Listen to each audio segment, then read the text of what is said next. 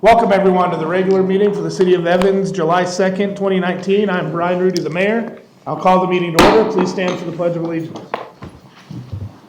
I pledge allegiance to the flag of the United States of America and to the republic for which it stands, one nation, under God, indivisible, with liberty and justice for all. Roll call, please. Mayor Rudy. Here. Mayor Pro Tem Clark. Here. Councilmember Mortensen. Here. Councilmember Johnson. Present. Councilmember Spear. Here. Councilmember Castle. Here. Councilmember Neal. Present. Thank you.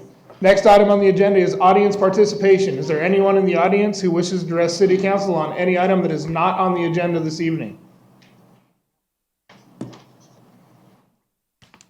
Seeing none, we'll move on. Item 5, approval of the agenda. Are there any changes to the agenda? There are no changes to the agenda. I move to approve the agenda. I second. I have a motion and a second to approve the agenda. All those in favor signify by saying aye. Aye. Opposed, nay. Motion passes. Item 6, consent agenda. Item A, approval of the minutes of the regular meeting of June 17th, 2019. I move to approve the consent agenda. I second. I have a motion and a second to approve the consent agenda. All those in favor signify by saying aye. Aye. Opposed, nay. Motion passes.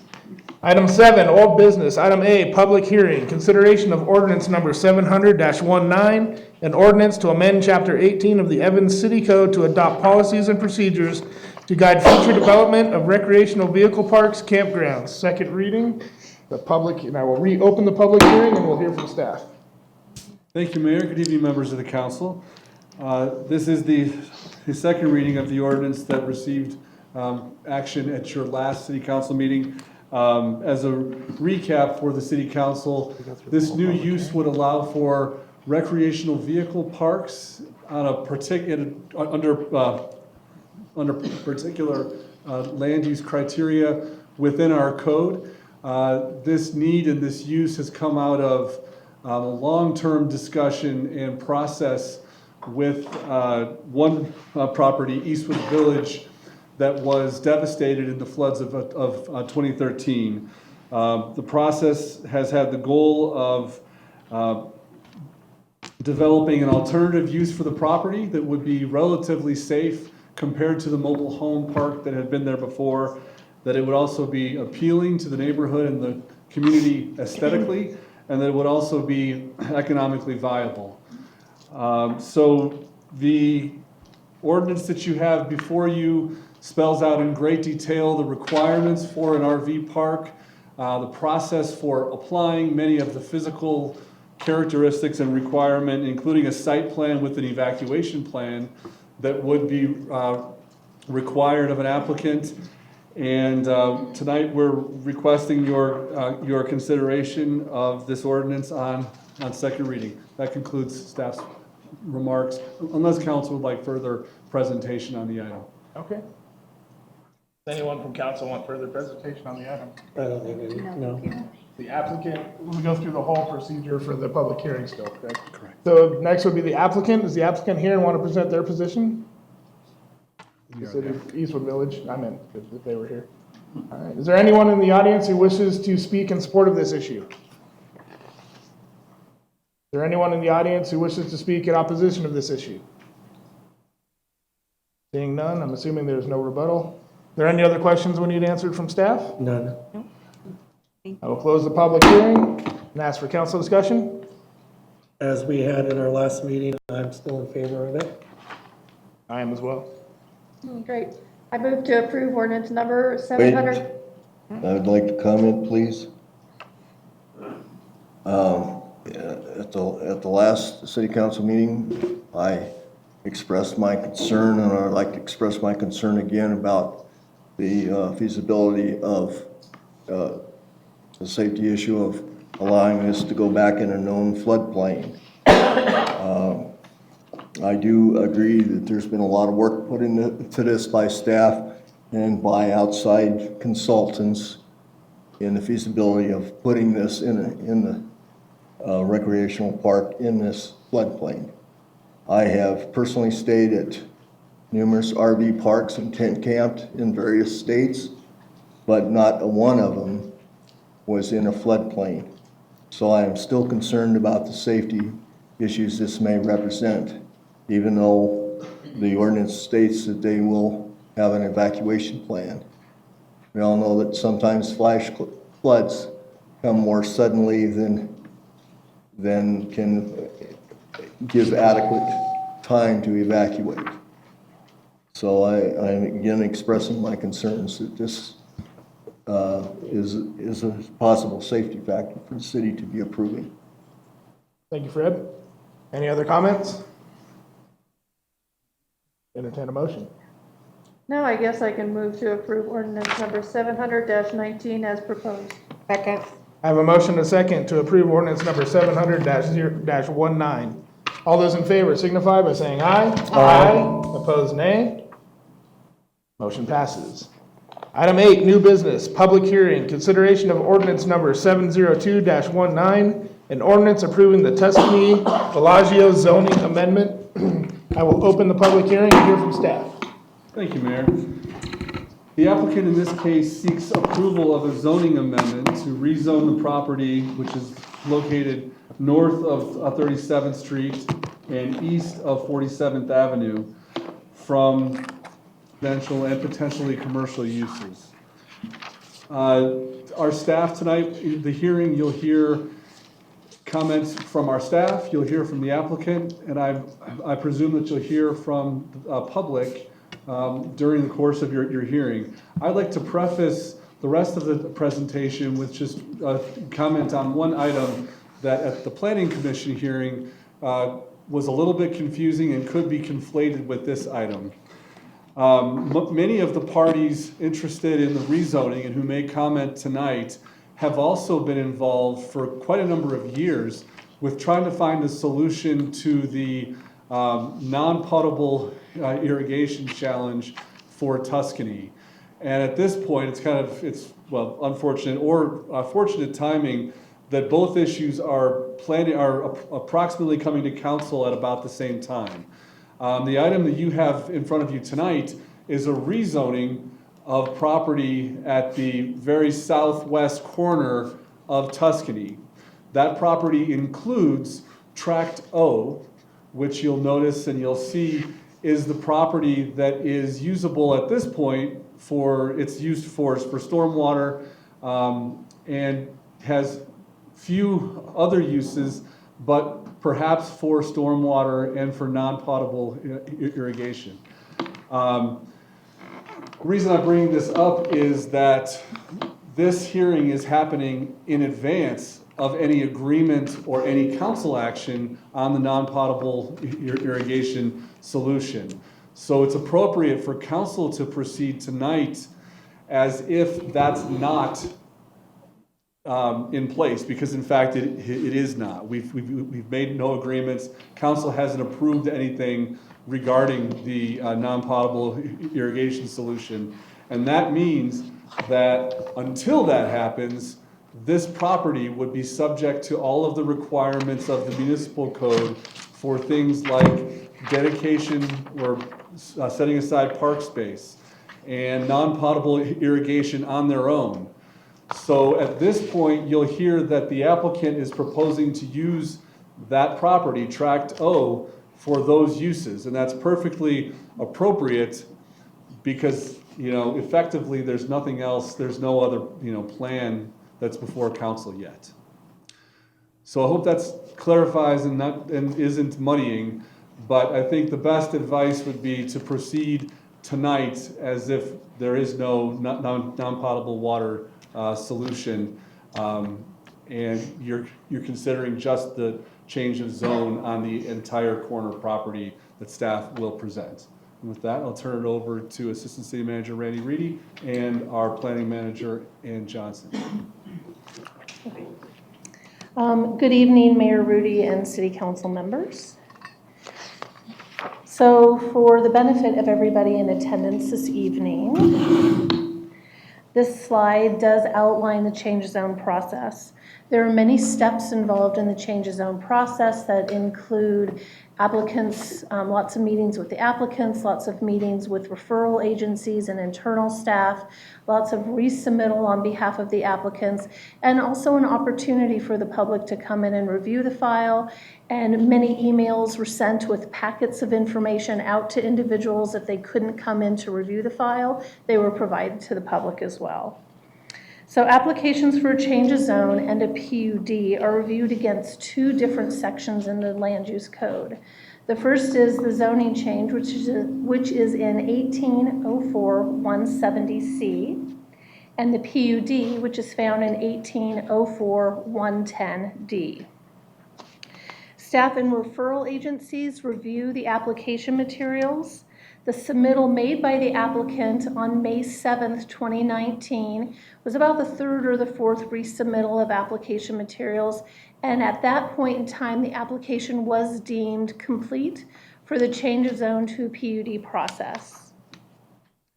So the next step, you'll see down there on the right-hand side in the red circle, is either a site plan or a use by special review permit. Either of those two permits are the next step in this process. Should you approve the change of zone this evening, any uses that occur on that property will have to go through either a USR, which is a public process, or a site plan review, which is administratively approved. Now, going through this entire process ensures that the application is consistent with the development standards found in Chapter 1807 of the Municipal Code, that the development is consistent with the change of zone preliminary development guide provided in your application packets, that referral agencies have another opportunity to ensure consistency with the comprehensive plan and any other master plans that are in effect at the time of application.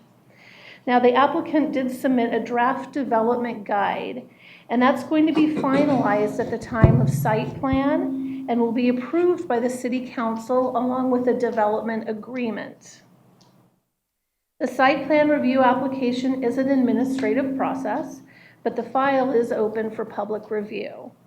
There are criteria for approval with a site plan, and the applicant must application has been submitted to the city. The applicant is going to present details of their proposed or intended development tonight during their portion of this evening's hearing. And individual uses on individual lots also might require that use by special review application as well. So tonight we're hearing for the Villaggio at Tuscany application.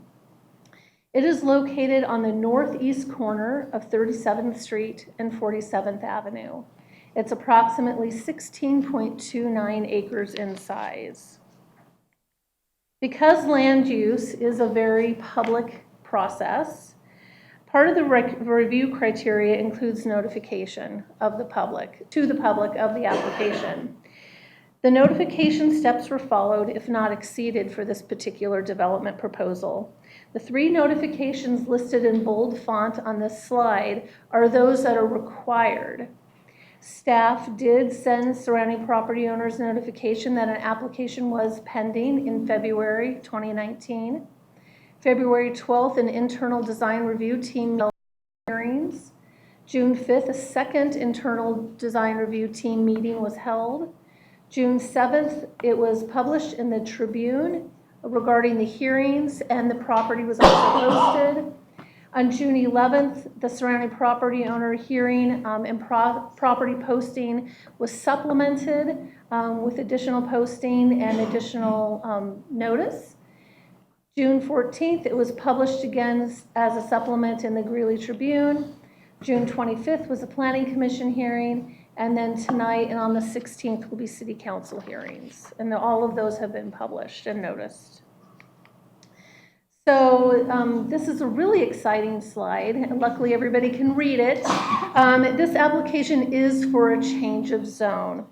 This is essentially a paper process where the boundary of a property defines the land uses which would be appropriate within that boundary. The land uses within the boundary are pre-prescribed in the city's zoning code. The applicant has provided preliminary details in the application materials to convey a sense of the anticipated development. However, we're not voting on those today. We will hear testimony regarding the change of zone. We are here tonight to determine if the application materials for the change of zone meet these application criteria for approval. And I'm going to walk through these criteria in detail at the end of the staff presentation. So to give you an overview, and I know the applicant and their representatives are here and they can give you more details, but the request for this application for Villaggio is to change the zone of the R3 area to PUD with open space. And the R3 area is this area right here. It's known as Tract O. It's currently zoned R3, and they are proposing to move that down to open space. The remainder of the property, which is this red portion, is currently zoned C3 or high-intensity commercial. And the applicant is proposing to rezone this to C1, which is low-intensity commercial, and R2, which is two-family residential, and R3, which is multifamily residential. So conceptually, with their conceptual site plan that they've provided with the application, there could be 4 multifamily apartment buildings containing a maximum of 40 dwelling units along 37th, just north of 37th. That is consistent with the R3 zone district, which allows this type of multifamily development in that zoning. The area will be developed north of that. In this area here, consistent with the R2 or the two-family type residential use. 76 duplex and townhome residential units are proposed for that area. Now, the final layout and design will be reviewed through the site plan review process. The total number of residential units are not proposed to exceed 116 for this corner, and a dedicated open space, pedestrian walking path, and drainage area are also proposed on a portion of the current Tract O, which Mr. Becklenberg mentioned earlier. The applicant has provided preliminary details and application materials to convey a sense of the anticipated development. The land uses listed on the right-hand side are these current uses that are currently today allowed in the C3 zone district or the R3 zone district. These uses would not be allowed if this PUD goes through. These uses in the middle column are new uses that would be allowed by the essential down zoning. So they're either going to be uses allowed by in the C1 district or the R2 and the R3.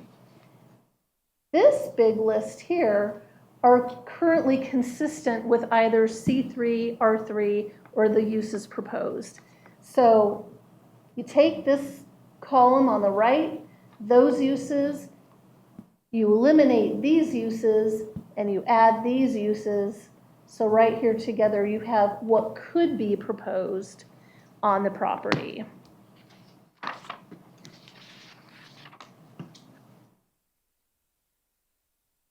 When staff reviews land use applications, the municipal code provides a list of approval criteria that must be met and considered. Conditions of approval and staff comments presented tonight in your packets reflect the municipal code review as well as comments from referral agencies, such as fire, traffic engineering, water, and WITI, but you're going to process and approve the PUD the same way you would process and approve a standard change of zone. So City Council evaluates the application, referral comments, and the staff report, which were provided to Council before this evening's hearing. A motion was not made at Planning Commission. As such, the land use application was sent to City Council for determination if the application meets the criteria for approval for a change of zone. Staff did find that the change of zone application with the proposed conditions of approval are consistent with the review criteria found in section 1804-170D of the Land Use Code. I am going to walk through the conditions of approval now in detail. Let me get a quick drink of water, though.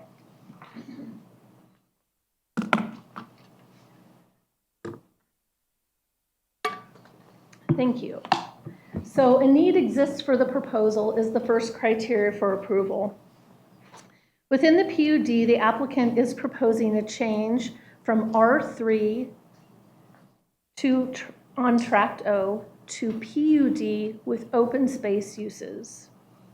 This proposed change is warranted as the end use of Tract O is needed for a potential greater community need, but is also, as Mr. Becklenberg pointed out, open space and non-potable for the proposed development as well. The proposed zone change from high-intensity commercial C3 to PUD with low-intensity commercial C1 and residential uses R2 and R3 could be considered a downzoning on the residual of the property. The uses proposed in this development are less intensive than what could be proposed under current zoning. Item B, that this is the correct location for the proposal. The City of Evans performed an analysis of all commercially zoned property along the 37th Street corridor in 2017.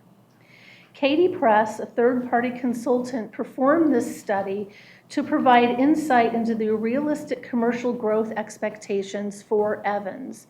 She reviewed the corridor and she also reviewed a few select individual properties.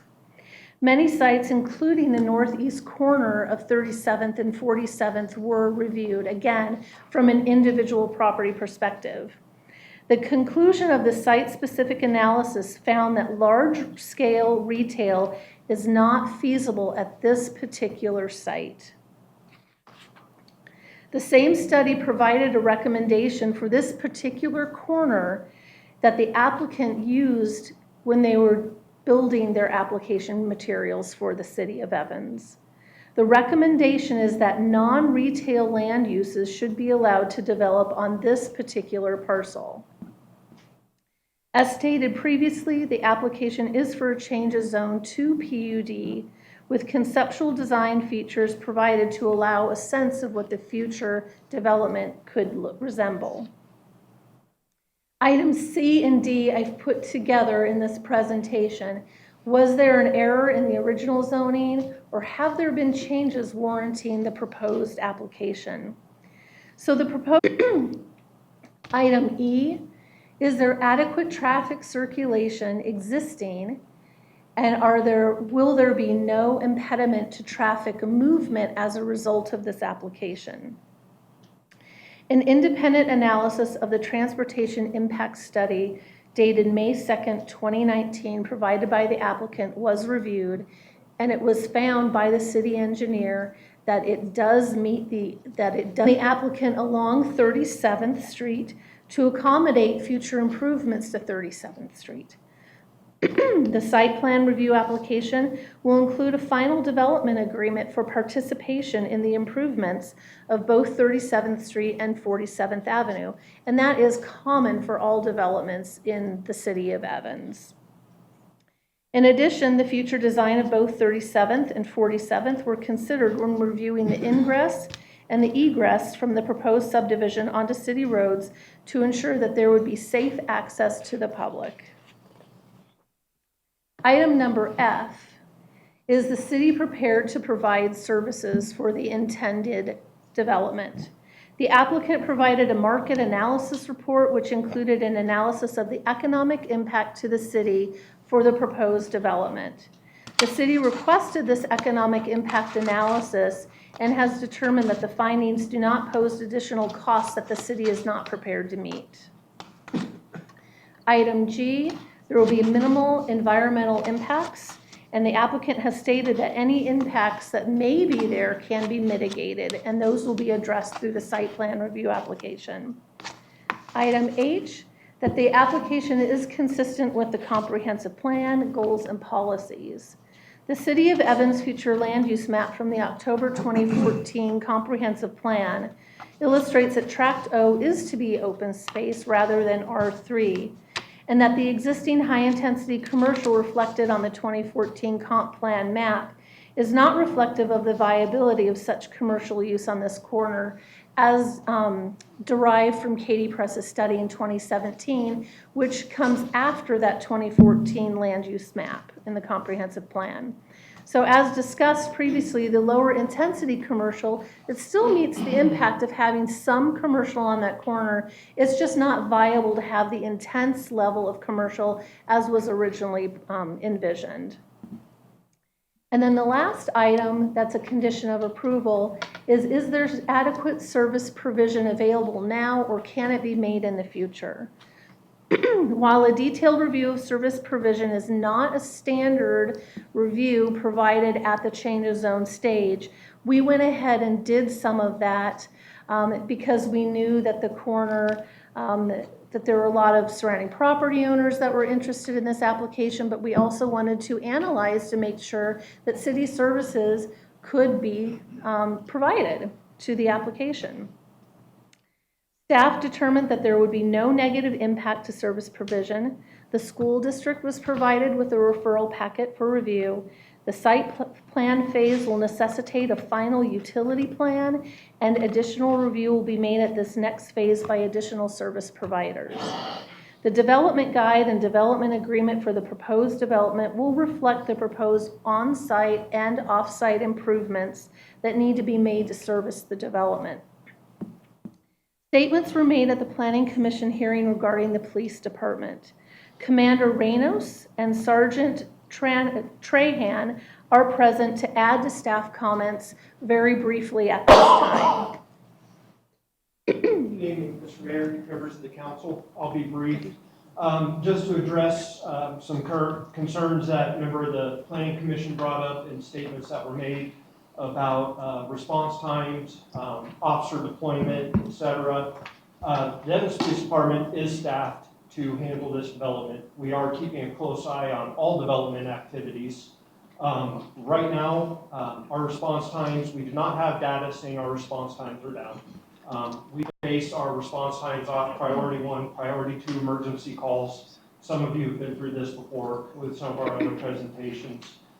We are keeping a close eye on new developments, and as that comes up, we will adjust our districting and deployment plans like any other development. So again, I am available for questions here, or if any of you have any immediate questions. Thank you. Thank you. So staff does find the application along with the conditions of approval in your staff 70 D2 of the municipal code. Staff comments are extensive, and they also include quite a bit of information on conditions of approval prior to recording a change of zone plat, as well as at the time that the site plan review is to be submitted. These conditions of approval are an important part of the approval as they guide the applicant with changes that are needed in order to submit that next phase of development review. The draft development guide provided with the change of zone application does require modification reflected in the conditions of approval and should not be approved in its draft form tonight. The applicant will present their proposed concept for information purposes.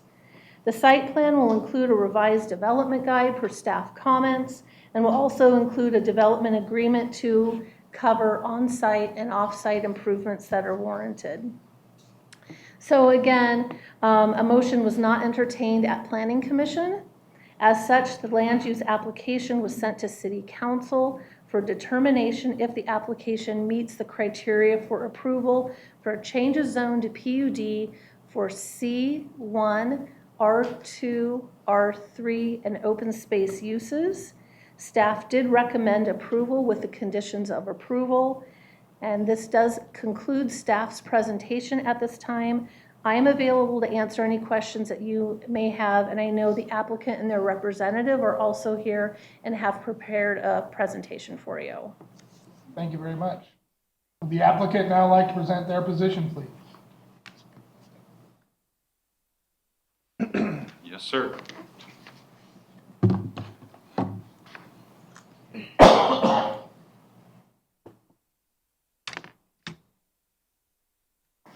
Good evening, Mayor and Council. Good evening. My name is Dana Lockwood. I'm an architect with Lockwood Architects. We're located out of Fort Collins. And I am the applicant representing the property owners for this application.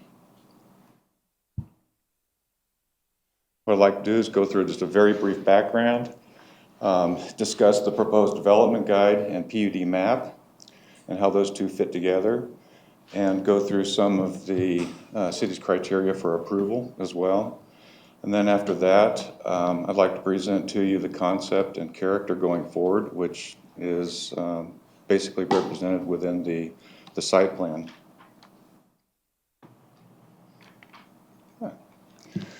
And Ann has located the property, and it's at the corner of 47th and 37th. But also, I'd like to just clarify a few things. There was some confusion at the neighborhood meeting that we held in February as to what the extent of our project is. And we are this red piece here and the green piece, which is Tract O. The gray area that extends from Tuscan Way up to Tuscany Street is a completely different animal. It has nothing to do with us. And also, I'd like to point out that the project is accessed via Tuscan Way, which is a quarter shape here that goes from 47th to 37th. And that is the only public right-of-way that's going to go through the property. And there are no other roads that access the subdivision to the east at all. The project has an 18-year history. Of the first 15 years was spent trying to find a commercial user for the site with no interest, which took us to the last 3 years of this approval process, of the design review process with the City of Evans.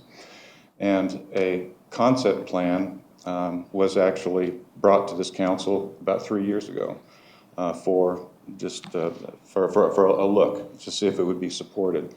And that proposal was a residential proposal. And it was well received at that time. It was about the time, I believe, that Katie Press was going through her studies as well. Some of the justifications for a change of zone, would be that, after 18 years, there really hasn't been much of an interest in a commercial center at this location. And also the property owners commissioned Fred Croce, who is a Katie Press's study that the City of Evans commissioned. And it looked at intersections all up and down the 37th Street corridor. And this project was specifically looked at. And actually that site plan right there is the concept site plan that was presented to council 3 years ago. And the conclusion of that study was that expectations that any site at this intersection can support an anchored center are unrealistic. Now, the proposed development guide and PUD map include uses by block, zoning districts, as well as address parking, signage, lighting, and access to parks. This is the development guide. It should be in your packet. And this is the PUD map. And how the two of them fit together is that the uses by block that are proposed are in the R2 zone.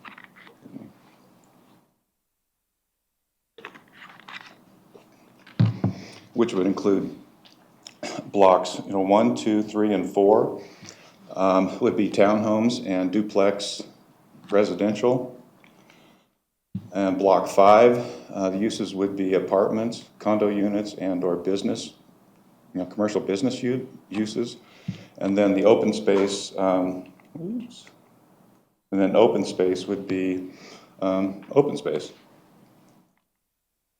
And permitted uses would be in the R2 zone in terms of dwellings, 2-family, multifamily condominium, and townhouses. And in the C1 R3 zone, permitted uses would be multifamily apartments or condos, daycare, office and financial, personal services, retail, intensive, coffee shop with a drive-through, and we'd like to see maybe a drive-through restaurant as a special review use. And these are the uses that are currently allowed in a C3 zone. And I think my take on this differs a little bit from Ann's, in that I believe the allowed by special review. Our intent is that everything that just turned to red would no longer be an allowed use there. And that was our intent. Adult businesses, kennels, and RV, campground, repair, mini storage, those are uses that I don't believe fit in that space, and that we would see those uses as going away. And proposed downsizing in the R3 zone, basically as right now as an R3, everything in red there would be allowed to be built there, but it's a detention pond, and those uses probably wouldn't occur there anyway, but by changing the zone from R3 to an open space, obviously those uses cannot occur there. Dimensional standards for the project. Within the R2 and C1, R3, they're similar. The setback requirements that we're proposing to modify would be the front yard setbacks, side yard setbacks on street side, and a rear yard setback on the R2. And how that translates into how buildings would fit on it is you'd have all of your garages would be alley accessed. So there would be no garages or driveways on the fronts or sides of any of the buildings. And this creates a very nice and attractive pedestrian neighborhoods. And this is a similar project that I designed in Fort Collins several years ago. And this project, was designed with the identical dimensional standards. Parking standards are addressed in the development guide. The project is intended to have access easements from the Villaggio side, into a park area. And there also exists a tract of land on the east side of the open space that is owned by the Tuscany Master Association that I assume would be used as an access to that park as well. Review criteria for the planned unit developments. Number 1, we believe is met in that the PUD exceeds 2 acres per municipal code, and that this application is currently in the approval process, which meets the criteria. Criteria 2, per the development guide, common areas throughout the development will be commonly owned, and the HOA and also the open spaces, within the PUD would be available to persons living and working within the PUD. Criteria 3 is met in that the proposed development guide clearly describes the different areas and uses allowed in each block and zone, and that the proposed development guide uses City of Evans zoning and land use definitions to be consistent with city code as well. Criteria 4 is met in that setbacks and overall dimensional standards are proposed to be modified, which is allowed for PUDs, and that these deviations from standard are clearly identified and justified, within the development guide. Criteria 5 is met in that water and sewer is already at the site, and water rights are available to support the development. And in addition to all that, non-potable water system is a possibility and a solution to a problem that has been ongoing. And criteria 6 is met in that on-site utilities are proposed to be underground.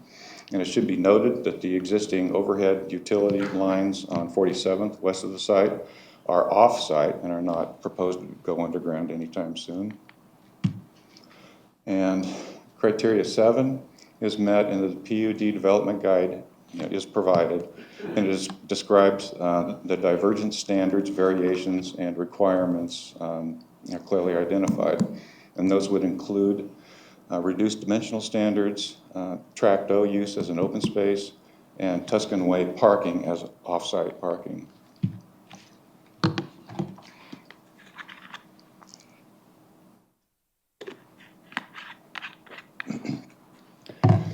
Approval criteria for zoning amendments.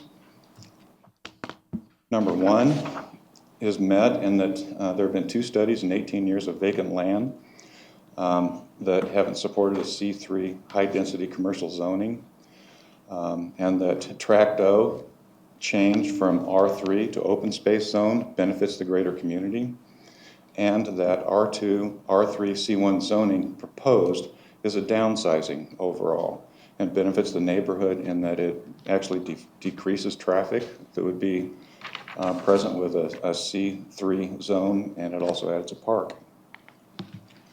Criteria 2 is met in that, yes, this is the correct site for this purpose and supported by that study by Katie Press, and that the recommendation is that focus needs to shift away from retail at this intersection with consideration given to non-retail land uses. This site in particular should be allowed to develop as a complete residential project without the 3 freestanding pads. And then that reference to the 6 freestanding pads. That reference to 6 freestanding pads is that conceptual site plan that we presented to council 3 years ago. Criteria 3 and 4 would be met per the same reasoning as number 2. Criteria 5 is met by the city reviewed and approved traffic impact study. And also Tuscan Way will be dedicated as a public right-of-way, and an additional easement on 37th is needed, and this PUD development would provide that. And also, the author of the traffic impact study is Eric Brackey, and he's here tonight to answer any questions. Actually, I'll hand off the end of mine, and he will go through that for you as well. Criteria 6 is met, and that city staff concludes our economic impact report supports the findings that this change of zone will not pose added costs the city is not prepared to meet.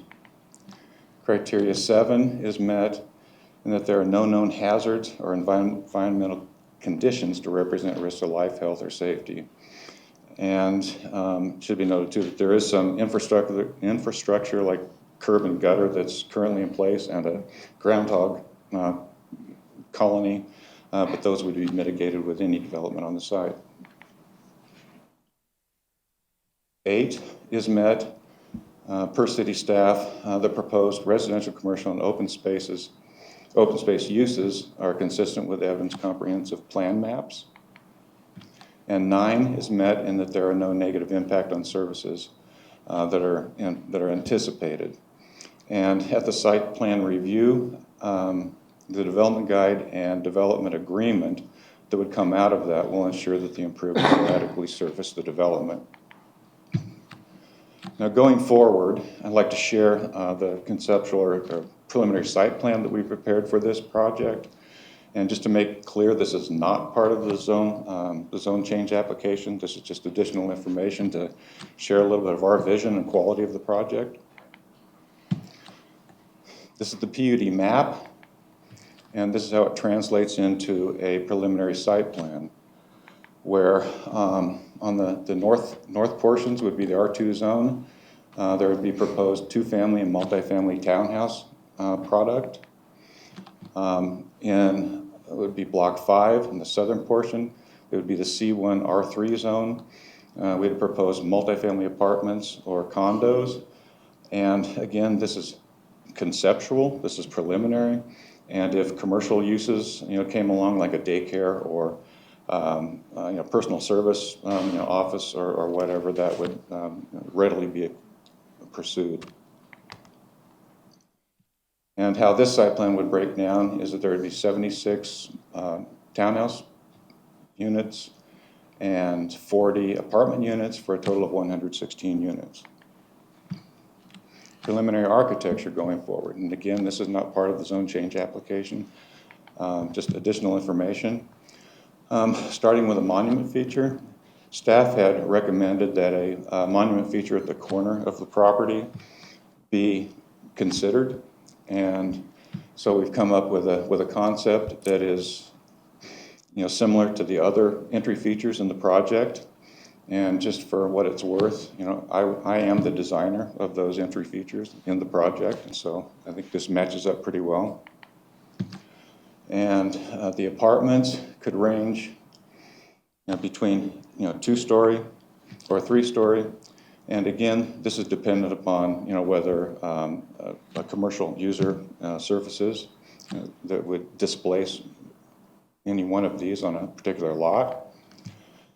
And then the townhouse product, see down here, a couple of alternatives for duplex units, a 4-plex unit up here, and you notice on all the fronts and all of the sides, there are no garages or driveways, and all of the garages and driveways would be at the rear of the units.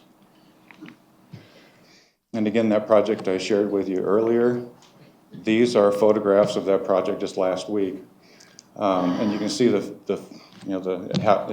matured for about 8 years now, and it's a very pleasant pedestrian urban environment. Transportation impact study.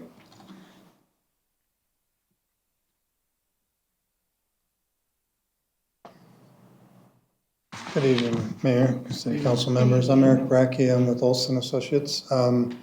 We're a civil engineering firm. We're officed out of Loveland. We were asked to do the transportation impact analysis for this project. The TIS was scoped with the city staff and the consulting staff to look at the key intersection of mainly 37th Street and 47th Avenue. We're also asked to take a look at bike, ped, and transit levels of service as in your code. It was decided that a memorandum effort, instead of a full 20-year type of build-out study, would be necessary for this project due to trip generation. They also decided that a 1.5% increase in per year in annual traffic would be acceptable. That's fairly normal for this area. And the key intersection was analyzed. We did traffic counts out there, and we did analyze it, and it is currently operating at level of service C. Level of service D is generally considered acceptable. Level of service, I'm sure you're aware, is a standard to measure the efficiency and how the intersection operates. It's a level of delay per vehicle. The level of service C is currently acceptable. We took a look at the preliminary site plan. Preliminary site plan at this time was all residential. It was a combination of apartments and townhomes. We estimated that it would generate approximately 677 trips per day. We also looked at some of the other possibilities that could land on this site. We took like 24 apartments, 76 townhomes. We put 13,000 feet of leasable space of specialty retail. That specialty retail could be anything from a liquor store to a dry cleaner, a coffee shop, whatever, something like that. And that was going to bump it up to almost 1,200 trips per day. Still pretty minor trip generation from a traffic engineering perspective. We also looked at what would happen if we added kept those townhomes, added a fast food. Fast food bumps it up to over 3,000 trips a day.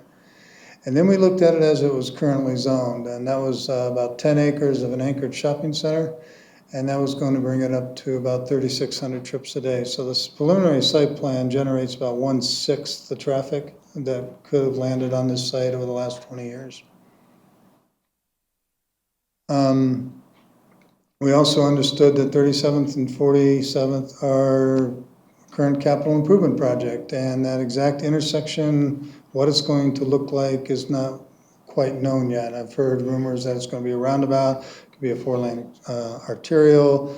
We assumed that it was going to be a 4-lane arterial, auxiliary lanes, new traffic signal, different phasing on it for left turns, just some reasonable average improvements that would be out there. It still continued, even with the growth, 5 years of growth and the project, it still operates at level of service C. We're also fully aware of the Freedom Parkway study that was going on, that this is 37th Street in particular is going to be this regional corridor between Loveland and Evans and out to Kersey. So we did take a look at that. We look at what was going to be recommended for types of improvements that would be necessary, and primarily in terms of a right turn deceleration lanes, right turn lanes into it. The 47th Street did not meet the criteria for an auxiliary right turn lane. The 37th Street did. However, we're not recommending that that be done at this time, if this would happen tomorrow. that with the improvements, those improvements of a right turn lane at this point would be a throwaway, that it would just get taken out and rebuilt when 37th Street does. Plus, it couldn't meet the code, because you needed, with the code that we used, which was the State Highway Access Code and the City of Evans Code, looked at the Greeley Code, that right turn lane with the tapers would be about 600 feet, and you're only about 400 feet away from Sienna, which is a north-south road directly adjacent to this. So having a dive-in right turn lane doesn't really provide an operational benefit. So overall, the intersection and the projects operated at acceptable levels of service, and we didn't see a problem with it at all.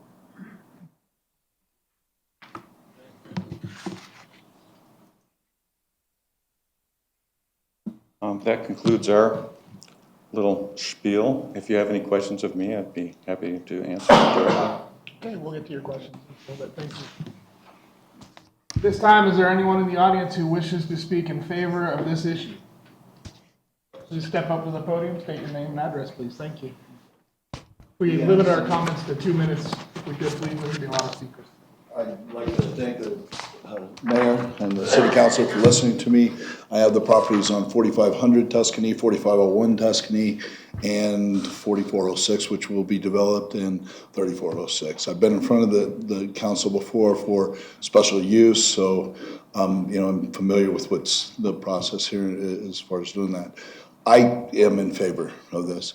I obviously have the 3 plexes that are built on the north side, which is the 2 lots on 4501 and 4350 Florence Avenue. And also, I'm currently in the process of building the one that's at 4500.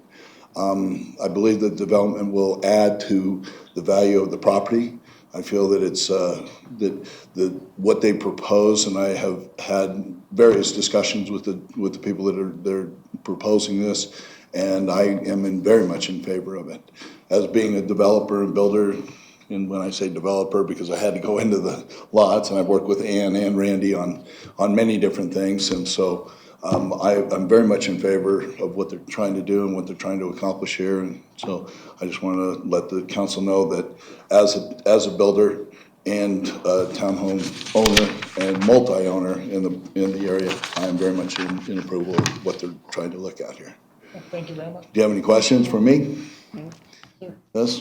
Okay, thank you. Is there anyone else in the audience who wishes to speak in favor of this issue? None. Is there anyone in the audience who wishes to speak in opposition of this issue? All right, and in any order you'd like, or you can line up on the wall. If we could try and keep our comments to 2 or 3 minutes so we can get everybody in, please. Please state your name. My name is Steve Perano. The address is 3613 Sienna Avenue. I'm an adjacent within inches of this project. I've kind of lost my voice today, but I have enough of it to let you know that it's kind of like Paul Harvey used to say, now the rest of the story. This sounds very good. It looks like, staff and everyone has got all the boilerplate done. But as my grandmother used to say, sometimes we have to ask people like you to use common sense, or as she would say, uncommon sense. The common sense part of this is that staff are kind of just brush it aside, but you have professional volunteers on your Planning and Zoning Commission who come in to try to help and advise this council on what to do. Should we or shouldn't we use a zoning change on this? Last Tuesday, that commission spoke clearly. It denied this PUD. It said no to the zoning. When asked by staff, well, we have to have some reason to give the council, the chairwoman ordered that the only comment we need to give is the letter from the Perantos. Did you receive that? That was her order.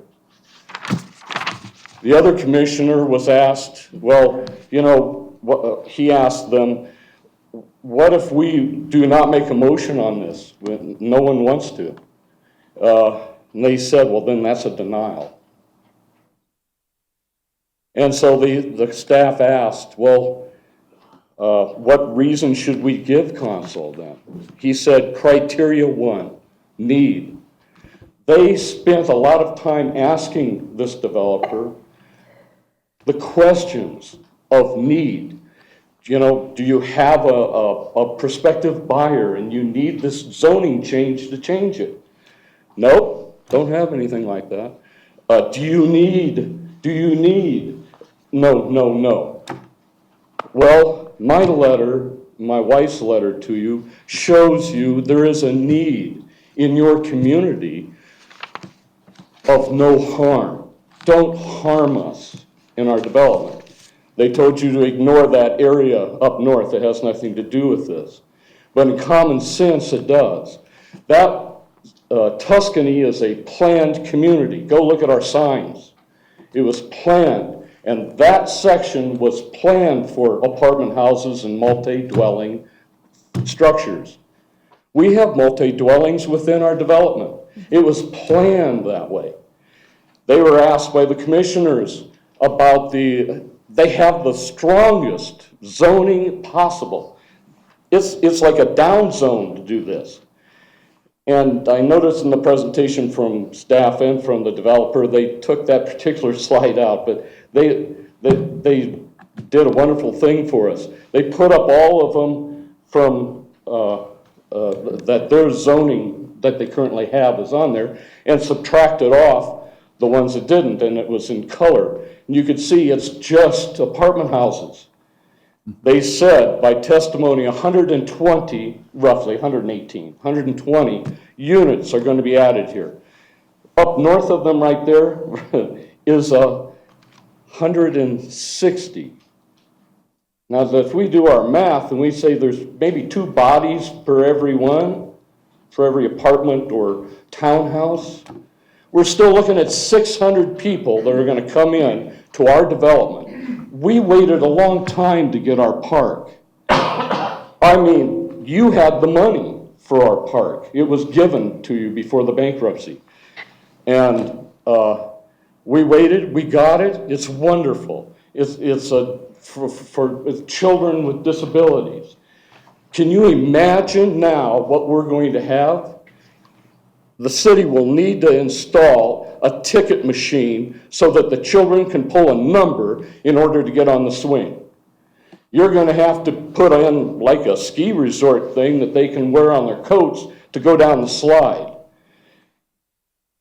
They can talk about that, but it's going to be used for something else. And if you didn't get this, I'll just quickly go over this, that it's a high-density apartment complex and multifamily dwellings.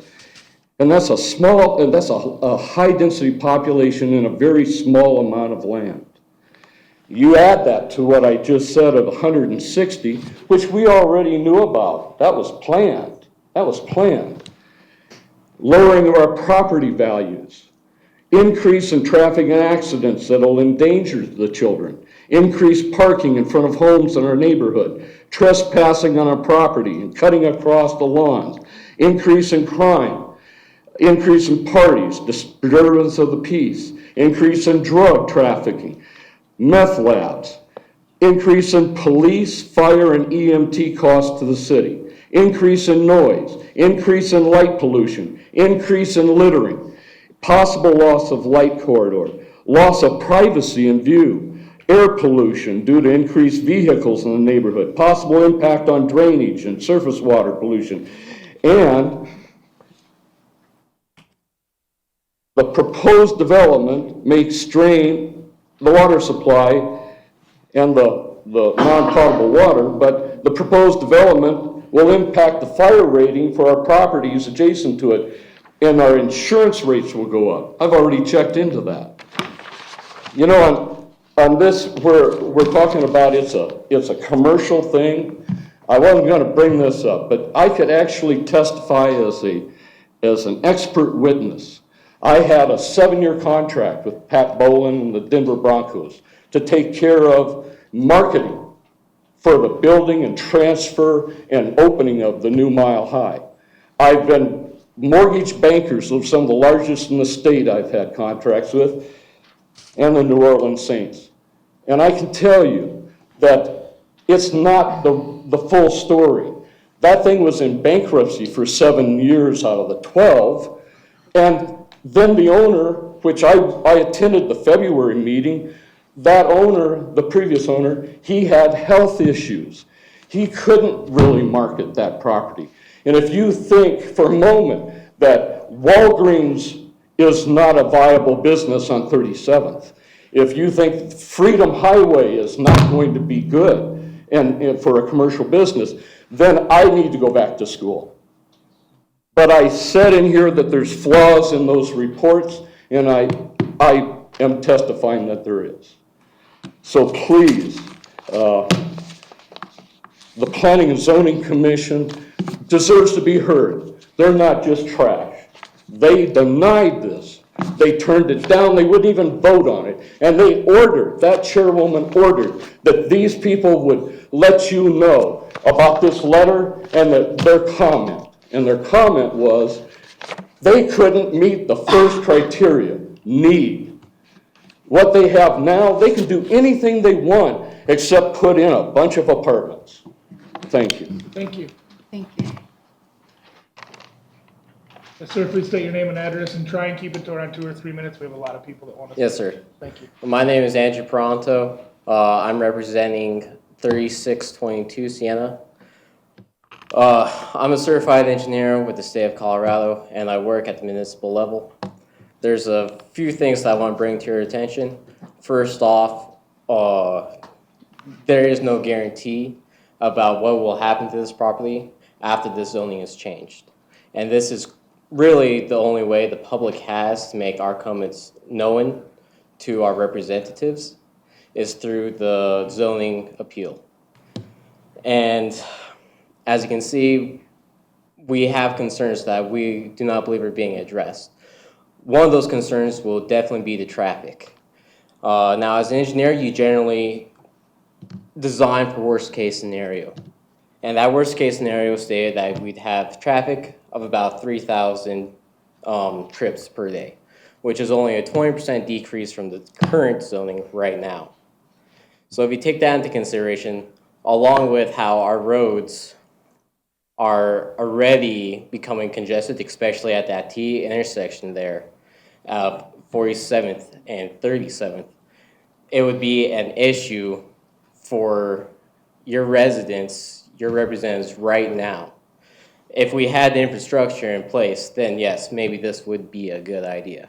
But as it stands right now, the city of Evans does not have the infrastructure to adequately, well, to properly address this influx in population.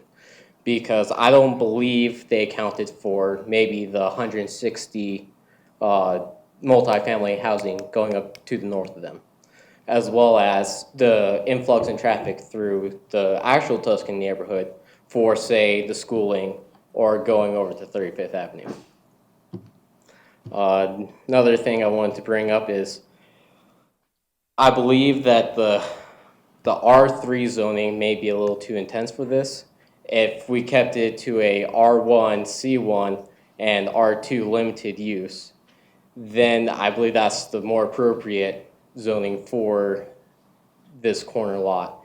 It would drastically decrease the amount of traffic we would see, as well as keeping a more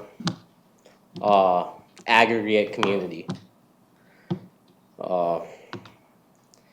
That's about it.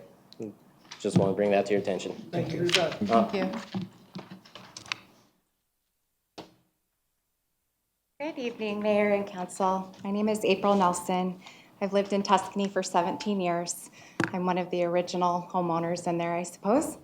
And my house directly backs up to this project, and actually I have the walkway that will connect their property to the park. So as you can imagine, this is a lot of interest in this project for me. And I'll try not to be little points that have already been made. Obviously, lots of concerns about the park and overcrowding, and the applicant has described them bringing a park quite a bit into this project, but they're not really bringing, what they're bringing is open space, not a park with a playground structure. And so make no doubt about it that the children who live in the 171 apartments, and this also will all be streaming into the Tuscany Neighborhood Park. And so one of the criteria that had to be met was that there was not going to be any negative impacts. And I will tell you that is definitely going to negatively impact the people who have purchased homes in Tuscany so they could have the benefit of that park. I personally helped do fundraising and worked with the city to make that park happen. And so it means a lot to me, and I hate to see the people in our neighborhood lose the use of that park because they are not providing for that in their application. Again, I agree with all of the comments on the traffic. I think it's important to note that the person who did the traffic study was hired by the applicant, and so I think I could hire somebody to present you information that would tell you something different. I'm not sure that I feel like that's unbiased information. And then finally, the only other thing I wanted to say that hasn't been said is I actually respect the applicant's right to develop their property. They do own this property. However, I don't think you, as representatives of all of us, should allow them to do it in a way that's going to be detrimental to the rest of us. And so Tracto was always meant to be an open space. Those folks who have owned it for a long time have never maintained it. It's an absolute wasteland back there. They don't live in our neighborhood or in Evans or even in town, and they're going to sell this and go away, and all of us are going to be left to deal with the repercussions of whatever happens. And they have said outwardly they are going to part and parcel this to different builders and kind of make it happen as we go. So what's even kind of been shown to you may not be what actually happens. So there's some great concern around that, and I think that's valid and fair. And just finally, that I don't know that you need to approve this all or nothing. I think we should look at the things that are being asked for and say what parts are reasonable and what parts are not. Tracto should have never been zoned commercial. I don't know why it is. That makes a lot of sense to me to rezone. Do I think we need more apartments and lots of multifamily when we have so much surrounding Tuscany already? No. I think it could be made into patio homes. I think it could be single family homes. I think there's a lot of things that developers could do to make money that would not negatively impact the rest of us. So thanks for your time and consideration. Thank you very much.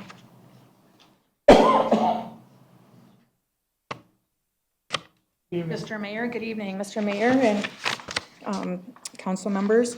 My name is Sherry Newman. I am also a homeowner in Tuscany. My husband and I built a new home in Tuscany in 2014, and for the record, my mother also built a home adjacent to our home, and our daughter and son-in-law and grandchildren purchased a new home about a block away from us in 2016. In all, we have a considerable investment in Tuscany. We would never have made our home in Tuscany had we known what was in store for our neighborhood. We have watched the neighborhood grow over the past 5 years while also enduring the growing pains of that process. Among the most troublesome is the traffic increase, along with all the other issues that come with the added population to the area. With the growth of Ann Hyman School, which is a block away from our home, enrollments that allow for out-of-district children to attend create chaos and often complete gridlock for the neighbors who are often unable to get in and out of their driveways and sometimes cannot even get down their own streets during drop-off and pickup times. The cut-through traffic that is generated by the huge number of cars that utilize Tuscany as a shortcut to avoid surface streets has become unbearable. Florence Avenue has turned into a drag strip. It is already a huge problem getting in and out of Tuscany during peak times. When the 171 unit project Wild Horse at Tuscany is built along 47th, in that area north of the applicant's property that they hope to develop, they will be utilizing the main entrance onto Tuscany Street off of 47th Avenue. It's going to be a disaster, especially in the mornings. It should also be noted that I believe the applicants failed to pass the criteria required that adequate traffic circulation exists and provides no impediment to traffic movement. If the new PUD seeking rezoning will potentially bring an additional 116 new units, if those numbers are accurate, that's 287 new households that will utilize our already failing infrastructure that the city cannot seem to maintain, let alone upgrade to accommodate this influx of additional households. It will contribute to the already overburdened traffic situation, bring additional students to Ann Hyman School, which is currently at or above capacity. It will further overcrowd the lovely park that serves our neighborhood and its nearby residents. The overflow of vehicles from this many additional households utilizing street parking in front of single-family homes was mentioned at a previous meeting. Several folks spoke of concerns for the safety of the neighborhood, vandalism, etc. It is no big secret that our Evans PD is already understaffed and overburdened. That is a problem. It is my understanding that there is only one officer assigned to District 3, which goes from 23rd Avenue to 65th Avenue. Another item that needs to be mentioned is the fact that Tract O, aka our non-potable water ponds, have been owned by the current owners for more than a decade, yet they have failed to ever maintain it, nor have the owners ever been fined by the city over these past many years for failing to maintain it according to the City of Evans standards. Perhaps if the fines had been levied as they should have been over these past many years, the city could have put this money to good use in other areas, or perhaps even purchased this parcel of land. As an HOA-governed community, Tuscany has a set of rules and guidelines regarding maintenance and upkeep of all properties. When homeowners fail to comply with those guidelines, they are fined until their property is brought into compliance. Why did the City of Evans fail to do this for so many years? Instead of enforcing their own guidelines, the city chose to ignore it, creating an eyesore for the residents of the Tuscany community, breeding grounds for mosquitoes, nuisance wildlife, and garbage. The fact that it has fallen into such a state of disrepair has increased the cost to make it operational. If in fact Tract O continues to be part of this negotiation with the current owners, the cost of purchasing Tract O and restoring it to its originally intended use, which was to provide Tuscany with a non-potable system for irrigation, will fall on the backs of the Tuscany homeowners who will foot the bill for rebuilding it. The current owners placed an inflated valuation on that parcel of land, knowing that we, along with the city, wanted/needed it for a non-potable system. In spite of the fact that this particular unbuildable piece of property located anywhere else would be worth a fraction of that valuation. The reality is they are trying to recoup a sizable chunk of change by placing the burden of their failed business investment on the backs of the Tuscany homeowners. The non-potable water issue exists because the City of Evans failed in their obligation to bond the developer. It was just the beginning of a long list of unfortunate events in the history of our neighborhood. There was discussion at a previous meeting with the city regarding an additional park or open space within Tract O that would be owned by and maintained by. Nobody knows. The bottom line, we are being wooed by the promise of another park, walking trails, green space, etc. However, no one will commit to actually footing the bill to maintain any of it. The park was mentioned again this evening, but I did not see any indication of it on any of the plans that were presented. Let's be clear about the intentions of the property owners. It is probable that the current owners may not develop or build out these lots. There is no doubt that having the change of zoning in place also makes the property more attractive to a developer. No one stands to benefit from this project in Tuscany in any way. This only benefits the developer. They don't live here and could care less about the impact that it will have in the long term on our neighborhood. They're asking to rezone the property from C3 to a PUD with R2 and C1 zoning. I believe that the R1 zoning as well as the C1 zoning would be probably the best use of this property. There was also considerable dialogue regarding the viability of the commercial space contained in that parcel of land. Evidently, a feasibility study was conducted for that parcel, and it was determined that it was not viable as commercial property. In my opinion, it seems as though it should have been an independent company performing such a study. One of the advisors to the applicant stated, "We have an overabundance of commercial property up on Highway 34, and those businesses would directly compete with this corner." I beg to differ. There was also discussion regarding the traffic impact of commercial businesses versus housing. The commission, the applicant, as well as the city argued that the commercial portion of it would bring more traffic. My opinion is that it may bring traffic during regular business hours, but it would not place the same burden on the neighborhood that the addition of 287 new households would. Let's assume that each household has 2 vehicles, some will have more. That is 574 additional vehicles with both projects combined that will be coming and going within the neighborhood of Tuscany. At the informational meeting held in February, a woman spoke up several times defending the commercial zoning that is currently in place for Tuscany. She felt rather strongly that if we built it, people would come by way of the New Freedom Parkway that will be coming through from I-25 to 35th Avenue. We all know that eventually more houses will be built in the areas surrounding Tuscany.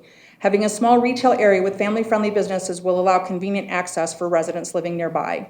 The fact that commercially zoned property was originally designed to be part of our neighborhood had intent. I personally do not believe that retail is saturated in this area. The businesses that exist up on Highway 34 are largely big box retailers with a few smaller franchise stores mixed in.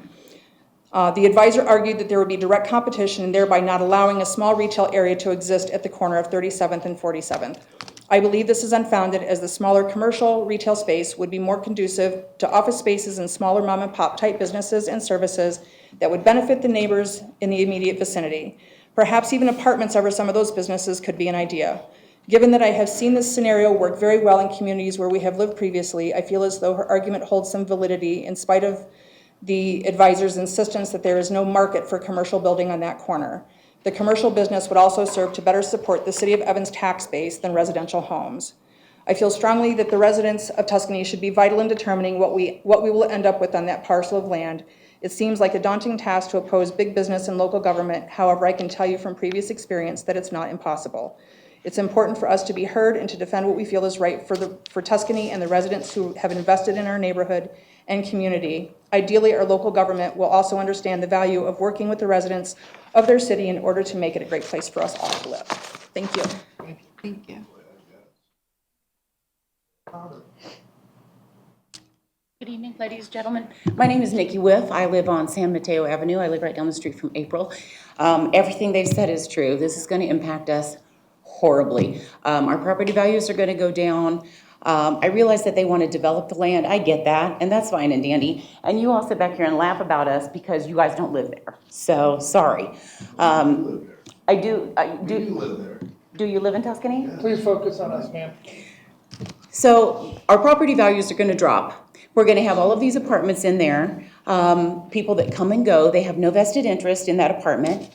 If you're going to build something back there, at least townhomes, condos, something, single-family homes, something that somebody has a vested interest in, that they take pride in and care about, instead of, people coming and going all hours of the day and night that don't have any concern for us. The park will be inundated. I have people parking across the street from my house all the time. I've nearly backed into several vehicles. They don't care where they park. They park in front of my house. They park across the street right behind my driveway.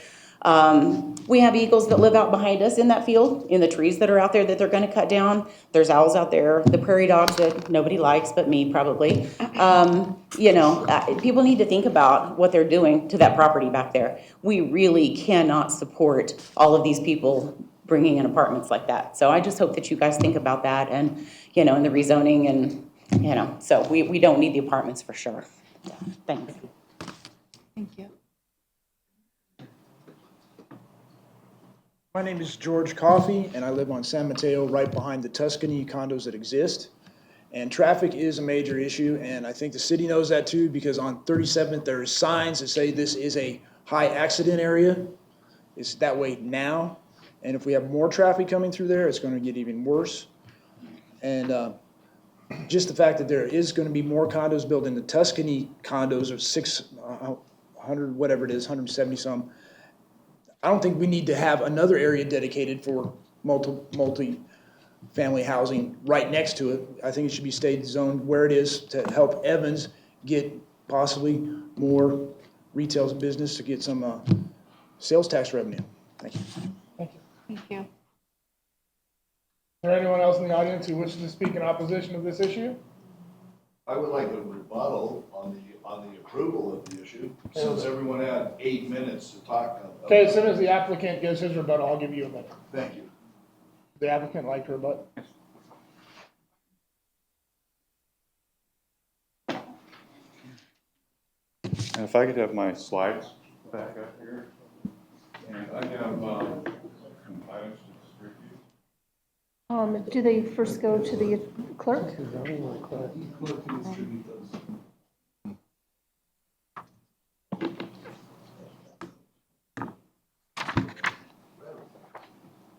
Those are the parental letters, so they have them. And I say to council and staff.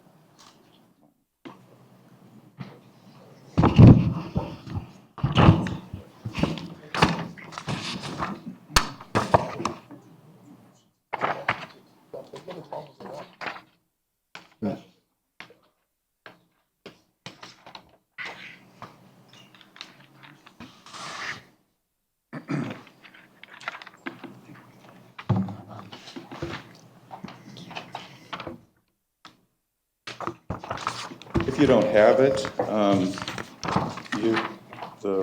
the single sheet is the letter from Mr. Paranto. I will use that as an outline for a rebuttal. And also, you have a study here we'll go through in just a minute as well. So basically, I'll just use Mr. Paranto's letter and go through each of the issues, because I think most of the concerns are addressed here. So it's a good format to go through, and there are a few others as well that I'll do afterwards. First is high density population on a small amount of land. By definition, I believe that our density is 10.8 units to the acre. Single-family homes will range from 5 to 7 units to the acre. And high density, it depends on where you do it, but I would consider high density in the 25 to 90 units an acre. If you get multi-stories, you can get up to those really high numbers. But medium density, like two-family detached, you can get 10 to 12 units to the acre. Row houses and one-family attached, you can get 16 to 19 units to the acre. So with our density at 10.8, I think we're on the lower end of middle density. Lowering of property values. Oh, actually, I need one of those.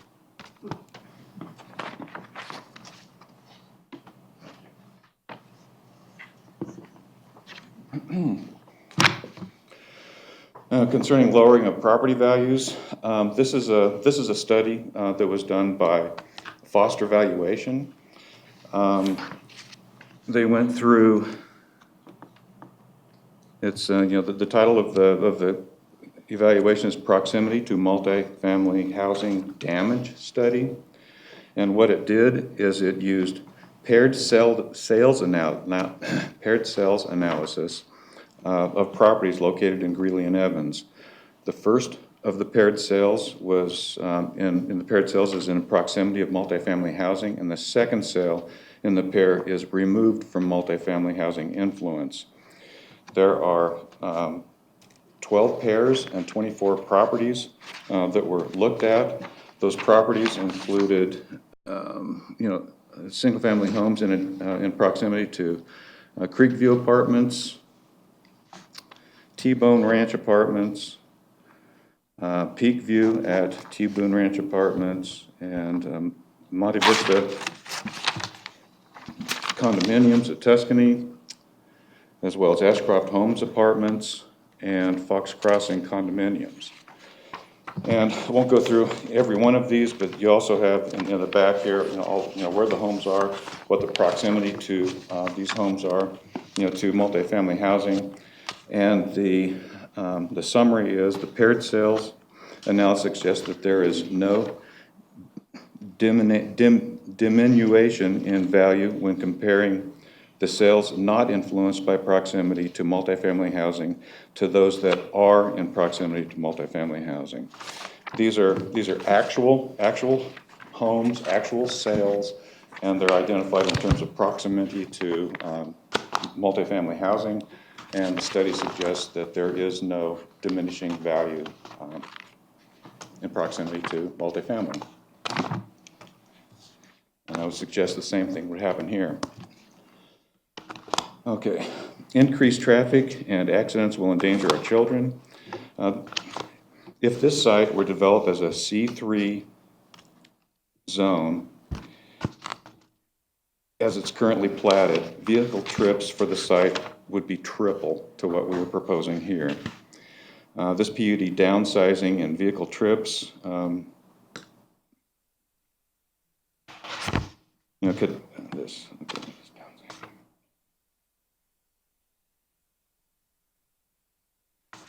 Okay.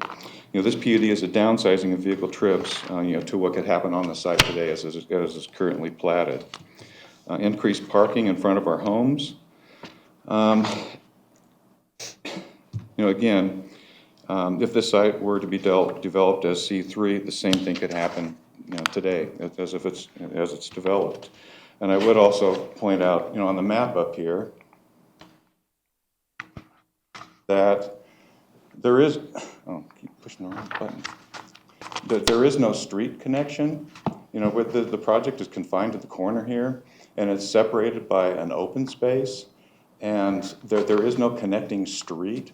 So someone, not to say that it can't happen, But I would question the likelihood in that there's no, for this project, and talking about this one, not this one, because this one's ours, there is no connection here. And if someone were to park over here, they'd have to come down here, they have to go through the open space or somewhere. So it's really not convenient. And it's almost 500 feet from here to there. So, not that it can't happen, but I think, I'm not sure how we could better mitigate that situation. Trespassing on our property and cutting across our garden and lawn. If any of these properties back up to the open space where neighbors can access, I guess fences would be a good solution. And typically any homes that back up on an open space, that's typically an amenity. And if this develops as an open space with trails on it and such, it's not uncommon to have fences, that separate those uses from the private residences. Increase in parties and disturbances of peace, increase in drugs, meth labs, and danger to our children. These are bad behaviors and are criminal activities that are just not acceptable anywhere, and they need to be policed.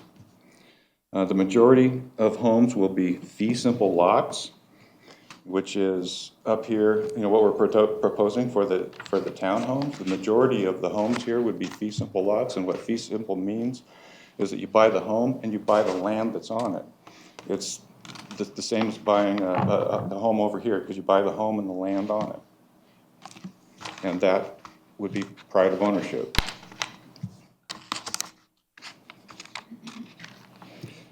And I think that pride of ownership would help in monitoring and reducing the activities of disturbances of peace or parties and drugs and all that. Increase in police, fire, and EMT costs to the city. If this site were to develop as C3, it would also affect these costs. There are no free lunches, and the PUD will help to pay its own way in the form of property taxes with mill levies that are tabbed for the city of Evans, Evans Fire, and the school district as well. Increase in noise. Again, if this site were to develop as C3, it would affect noise. This is a downsizing from C3. We don't see adult businesses, commercial residences, kennels, motor vehicle sales to be occurring here. And I believe that the proposed PUD will be a better neighbor. Increase in light pollution. Again, if this site were to develop as C3, it would also contribute to unwanted light. However, this is a downsizing from C3. And things like vehicle sales, nightclubs and bars, taverns with excessive parking lot lights, and operating at the wee hours just is not anticipated. And also concerning lighting, per the proposed development guide, this PUD will utilize light fixtures that cast no glare on adjacent properties, and the building lighting is typically dark sky. Increase in littering. Again, if this site were developed as C3, it might also affect littering in the area, but hopefully the PUD's HOA will be on top of that concern. Possible loss of light corridor, I'm not sure what that means. Loss of privacy and view. If this site were to develop as C3, it would affect privacy and views as well, and actually in a more severe way. The height limitation for C3 zone is 40 feet, and we are proposing a 35-foot height limitation. Air pollution due to increased vehicles in the neighborhood. If this site were to develop as C3, and as it currently is platted, vehicle trips for the site would triple to what is being proposed in this PUD. This PUD is a downsizing. Possible impact to drainage and surface water pollution. If this site were to develop as a C3, as is currently platted, it would have greater non-permeable surface area than the proposed PUD. In essence, the PUD has more landscape area.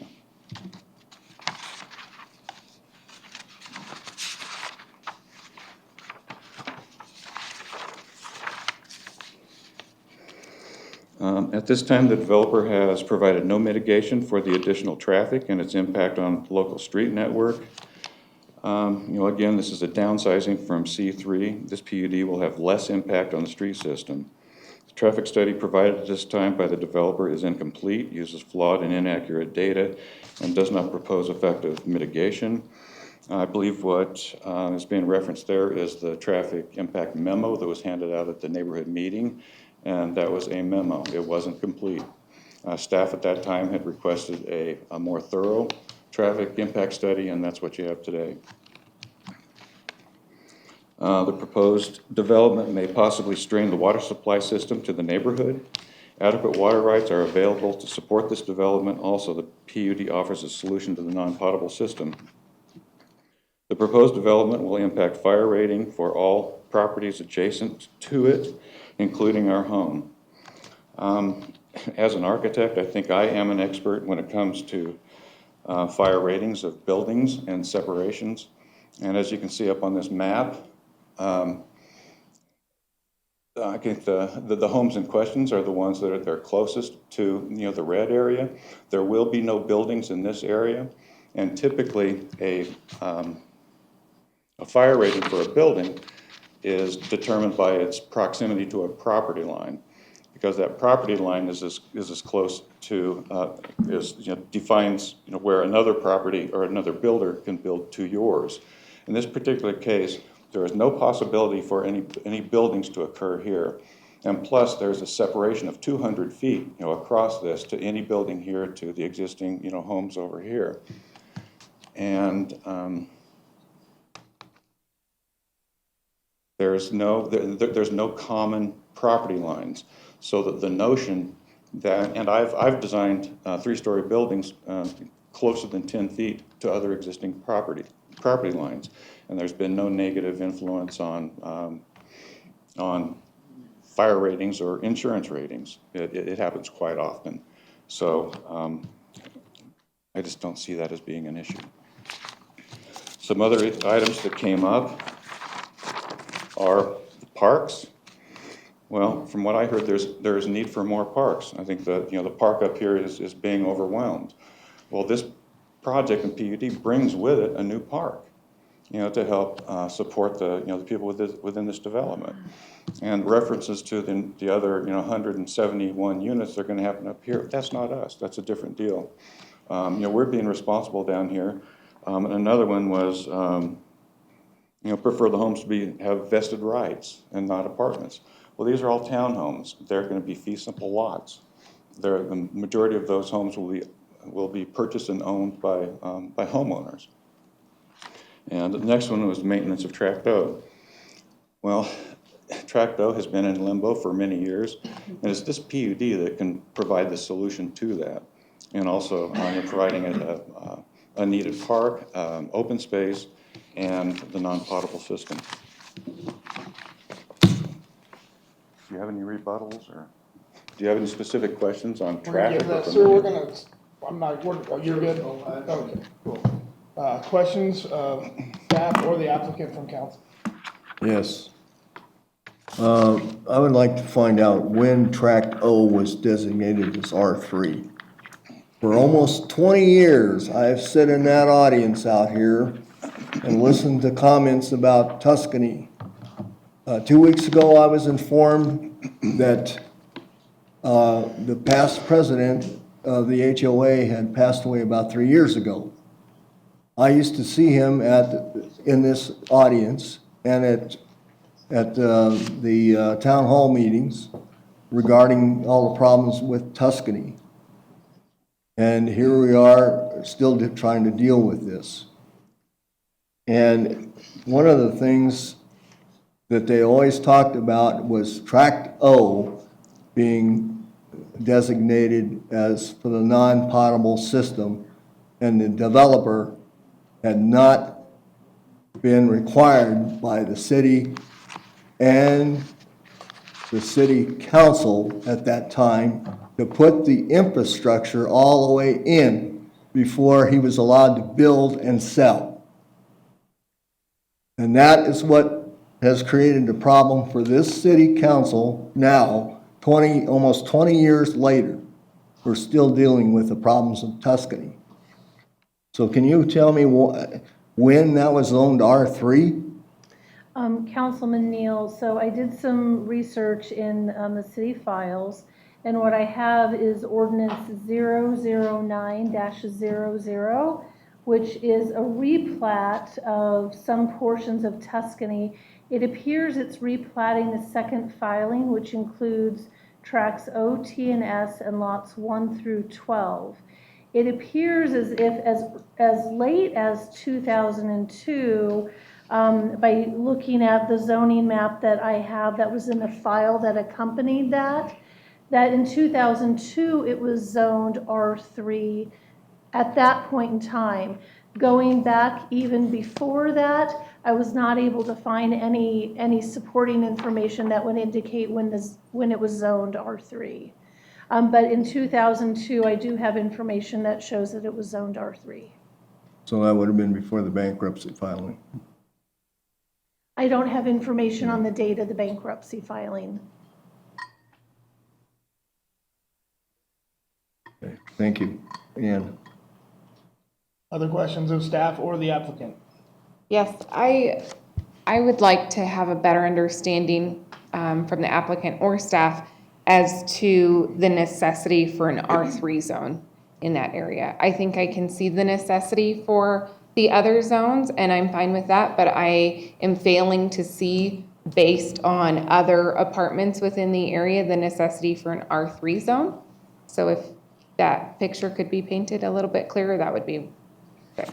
Sure, Commissioner Castle, I can go ahead and tell you that in the current zoning code, multifamily, which is synonymous with R3, is allowed in the C3 zone district as well. Mm-hmm. So they would be reducing the footprint of multifamily from a potential of the entire site to now just the southernmost portion of the site to R3. And as far as the need presented in the application, I'd rather have the applicant present their need for that. Mm-hmm.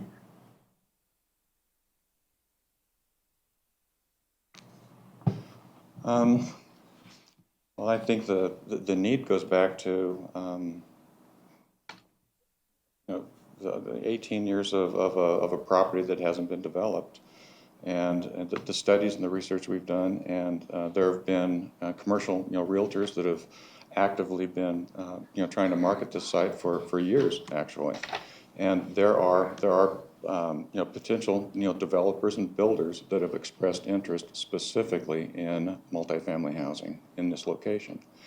And when you say that, you mean apartments? Because I can see, I live in Tuscany, I'm on San Marco, and I know we've got multifamily throughout. We've got a variety of condos and townhomes and all of that. With the apartments going into the north, that's where I'm struggling with the apartments on the corner. I do see the condos and townhomes because I feel like they fit within Tuscany anyways, and I think there's a true need for that. But you're saying you have a need in that you've got people wanting to develop that would want to develop apartment complexes. We've expressed interest, put it that way. And also from a planning aspect, you'd like to have, where there's, a busy streets and collectors, that's probably the most common area to have, higher densities, like apartments, tucked into an area. There's from planning standpoint, you want to push the higher densities, towards an intersection where the higher traffic is, and then have lesser densities going in. So in a very, very small way, I think we were trying to push the high, like here in our project, have those apartments, which could be condos, closer to the streets, and then have the lesser density to the north in the townhomes. I see the logic behind that, but I drive that road and I see how congested it is. And considering that we're putting high density, apartment complexes in that area, especially when we already have an issue with congestion, will only add to it. I get the traffic study. I understand that. Yes, it won't be maybe a high impact, but there's already a huge impact already as it stands. And I think if we added that, it might contribute to what there is already. So again, going back to the need, it's what is the need of having a high density apartment complex add to the congestion that is already there? Well, go back to the high density. I think this is closer to the lower end of medium density. By doing the townhomes as well, it brings those densities down. And again, this is a rezoning from a use that it's currently platted as C3, and right now, if there was a user or developer that came in and did that project as it's currently platted, we wouldn't be here. It's a use that's already platted. They could build out the lots. If it was built out as a C3, you would have how many times the traffic that we're proposing? It's about 1/6. 6 times? As it's currently platted, you'd have 6 times the traffic. So on the need side, I think there's a need to reduce traffic. So by approving the change of zoning, will in fact in the future reduce the traffic demand on that corner. There lies the need. And Councilman Johnson, if I may. Absolutely. So as part of the next development phase where they have to come in either with a USR or that site plan review, they will be required to do a development agreement which addresses off-site impacts that they will be contributing to, and they will get to participate in making improvements and reserving right-of-way and making some of those improvements to offset their proportionate share of those traffic impacts. The reason I pose this is it's only kind of to assist with what the discussion is, because it was mentioned that potentially this can change if there's a viable commercial business of some sort that would come in. And so it's just kind of really like looking into all those different variables that can, eventually in the future or even within this, process, change the outcome of what that looks like. And so I just want to get some clarification. Well, I think on the commercial uses, there was early concern that the commercial was a use that was desired, by the neighborhood in this area. So we wanted to keep that option open, and so it is. And if by chance there are 5 different lots in what we're proposing on Block 5, which is right there on the south, and if 1 or 2 of those lots were to go to, say, commercial, rather like a daycare center or some personal services provider, barber, whatnot, then it would have to go through its own site plan review as well. And the question of what can happen, I believe, both Ann and I have mentioned that development agreement, as well as the development guide. The development guide restricts what can happen there and helps define it. Right. Thank you. Other questions of staff or the applicant? I have another one. I'm sorry. I need a little bit of clarity. So Ms. Johnson, if you could help me understand, it's zoned today as C3, right? So is there a possibility that apartments could go in as it's zoned currently?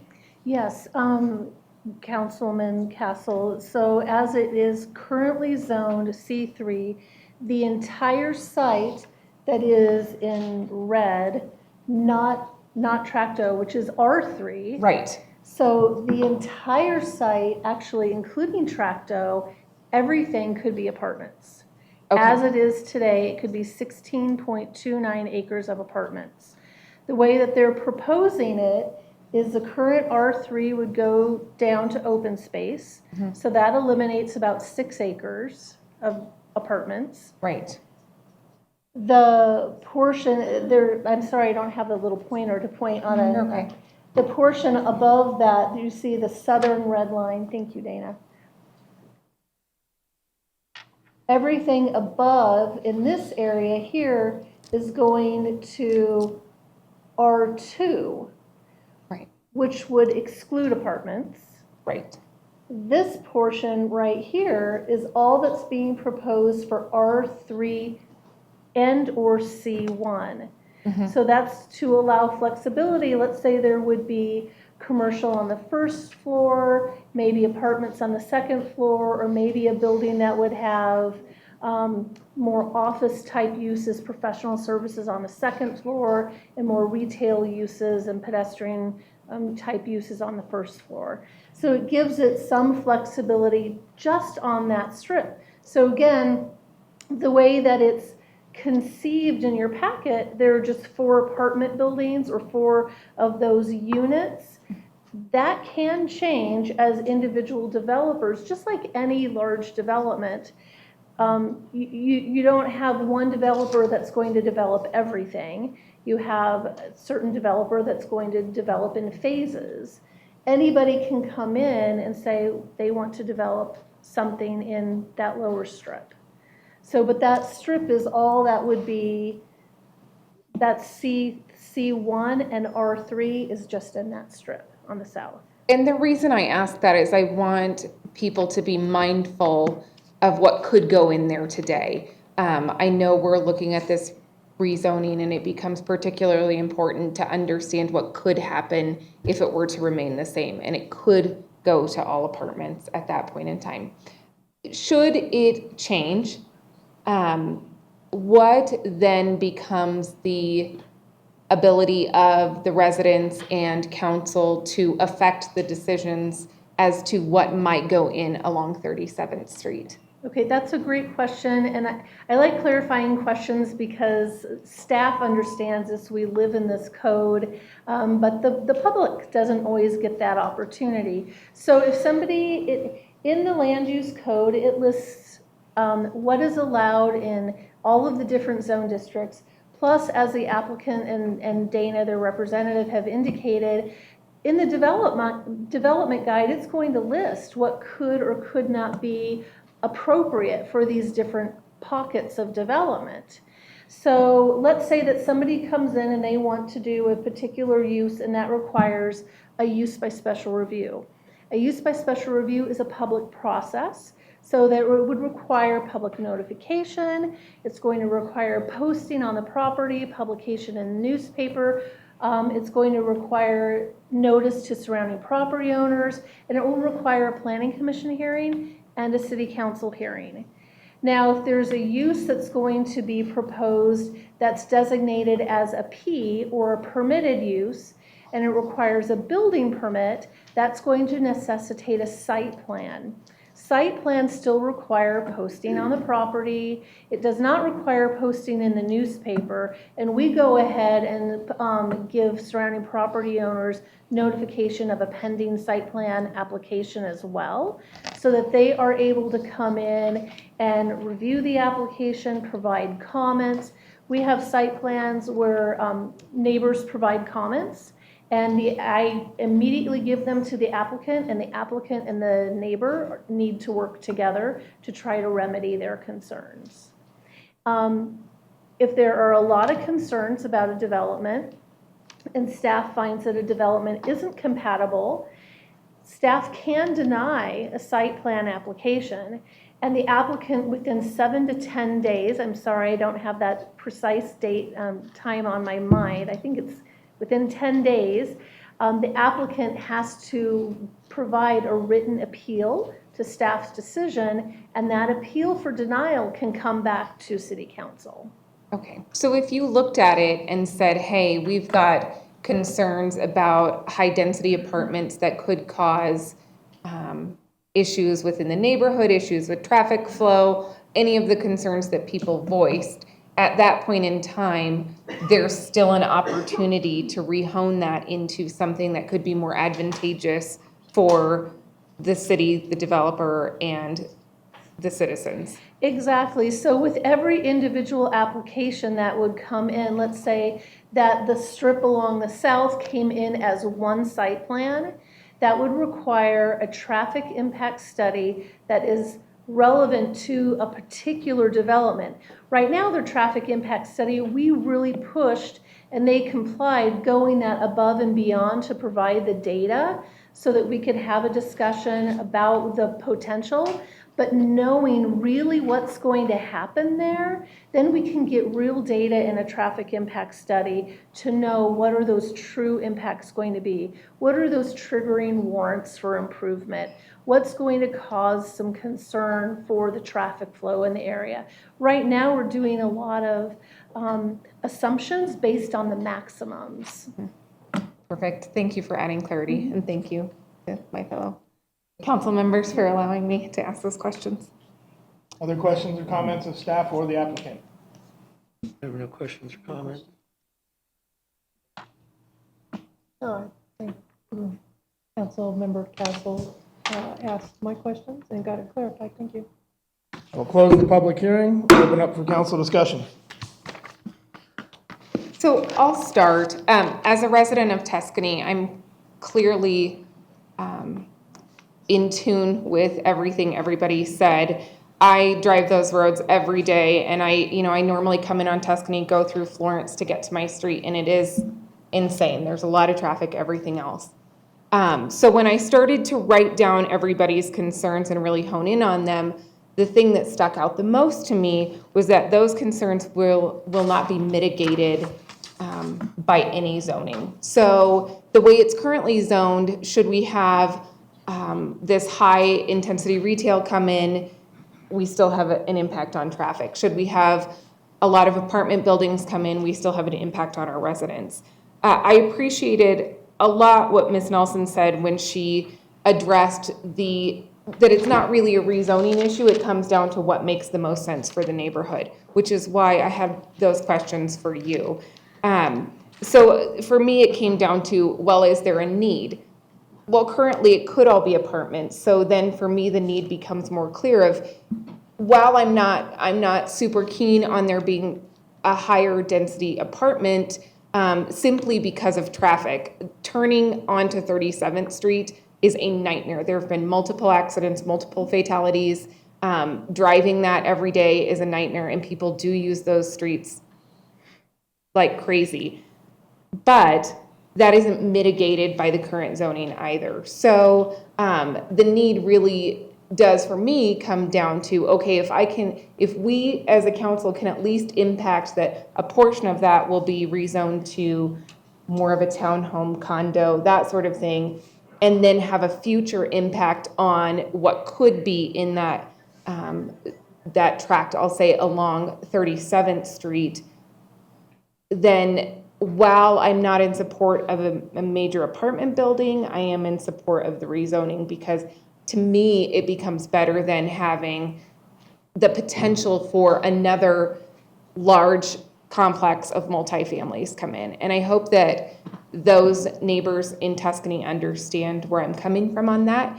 And I hope that people understand what that rezoning really entails and means. So What this really comes down to is, does the applicant meet the criteria as outlined in the city charter?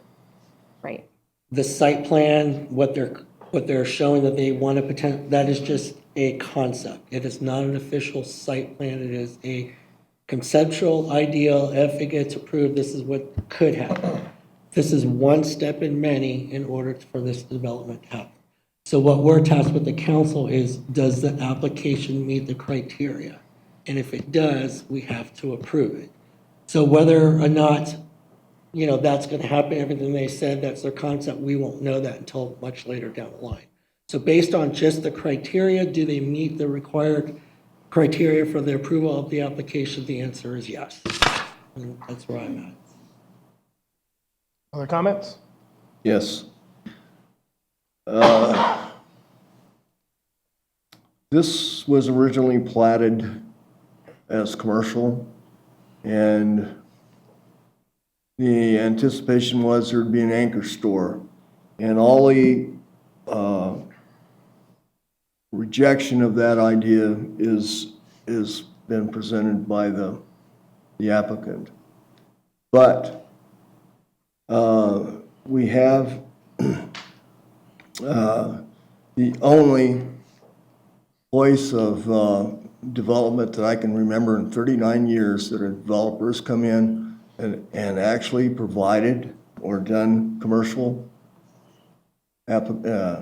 work is Come and Go.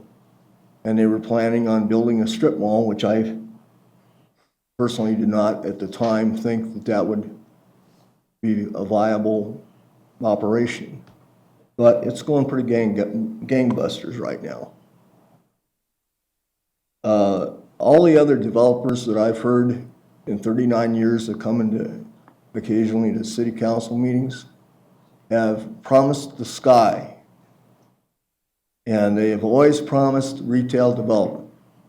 None of them, except for Come and Go, and they weren't looking at any retail development, have come through with that plan. So my question again to City Council, going back to Jerry Hedinger's as mayor in 1980, is when they decided that they wanted to remain a bedroom community. Is Evans going to remain a bedroom community?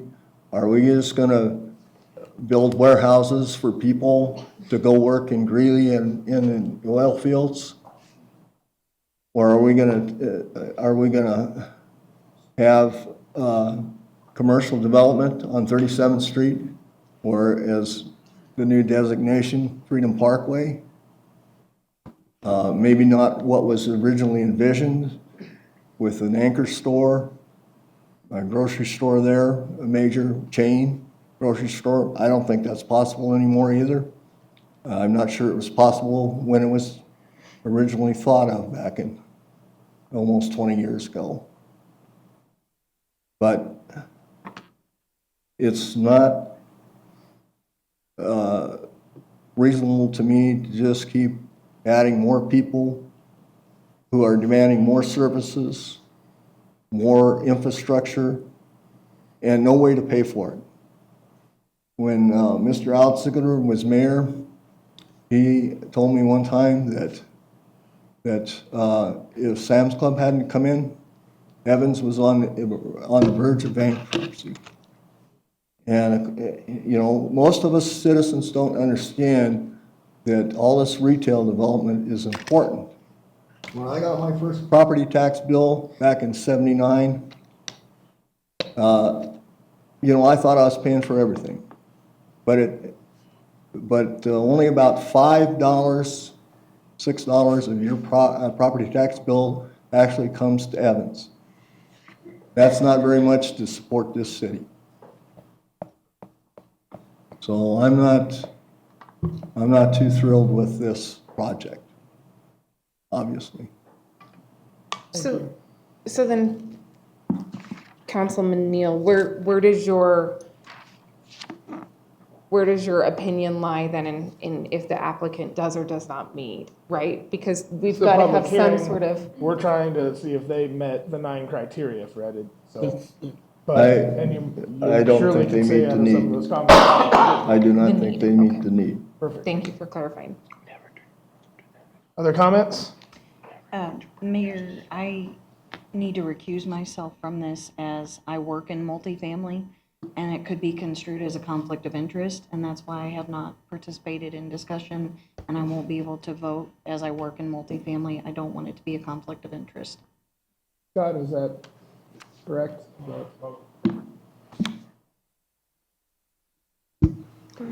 So as far as working in multifamily industry, that probably doesn't exclude you from participating unless there's some tie to this particular project. And does your employer have any connection with this particular project? Not with this project that I know of. Well, I guess if there was either a connection to this particular project or a competing project, then there might be a conflict. But if in the absence of that, then there would probably not be a conflict of interest. You can always recuse yourself. Well, no, it's, I look at it as it could be because there's a possibility of where I work, we are expanding, and it could be competition for us. Okay, so if your employer is involved in a project that could be competing with this one, then you would have a conflict. Then I have a conflict of interest. Right. Thank you. Any other comments? So, I hear you all. I hear where you're coming from. I see you all have valid points. But I also have to see that, the applicant does meet the criteria, and we have to also, that takes, in essence, makes, I, as a council member, have to look at those things and say, if they meet it, then I'm for this particular project. But also as a council member and also, being part of Ward 3, I know that there's a process. And during this process, what I can say is I can also be a part of those decisions on how that will impact, your subdivision, the area, our area. But then we also have to see how it all impacts the city as a whole. I am for allowing, housing diversity. I know that our 2013 flood impacted our city substantially, and I know it displaced a lot of people. And not everyone a lot of people didn't have the means to buy, single-family homes. Townhomes were probably in their price range, and even an apartment complex is better suited for them. And so I see that aspect as well. So those are just my comments in regards to this project. Thank you. Any other comments? I would add Section E, that there's not adequate traffic circulation with this additional 2 projects on the schedule on that corner.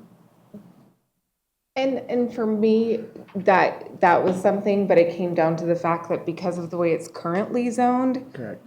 I actually had to get that off of my mind, because the way it's currently zoned, like I said previously, it could go to all multifamily apartments. And so, And that's just what I was going to say. I think he spoke really eloquently and made some great points. The one I was hung up on was the traffic.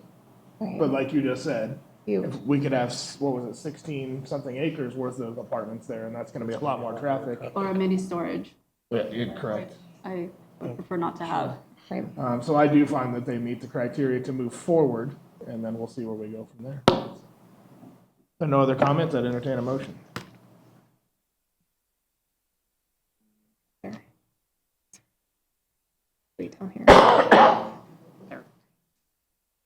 I move to approve ordinance number 702-19 as proposed. I second. I have a motion and a second to approve ordinance number 702-19 as proposed. All those in favor signify by saying aye. Aye. Opposed, nay. Nay.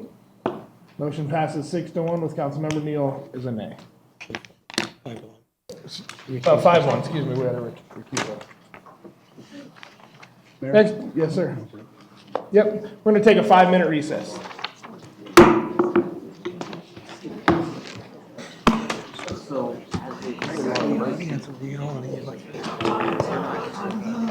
I know, but here's where and let me tell you both, because you both.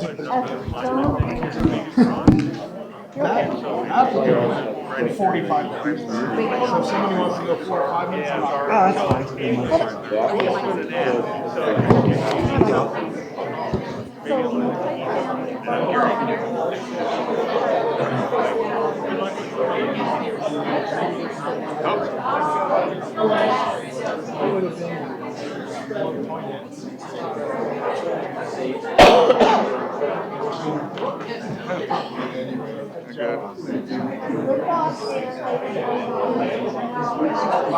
No, you said the opposite. You told them that right now they could build apartment condos. That's what you said.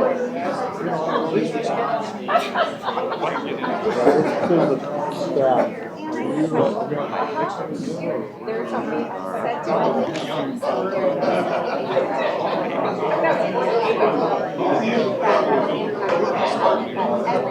I Right along track. Oh, right. I have told you. This is just staff comments. We don't really want public input. So that's what I'm really sorry for if you interpreted what I said, but I have never said that. In fact, I've been in and out 25 years and public comment is incredibly important. So I know that I sent you an application packet, I sent you a ton of information, and I couldn't come back, but I never heard back. Right. And you staff comment. This is for example, this their comment doesn't matter. Don't hit it at first one. Well, don't hit it at request. Because I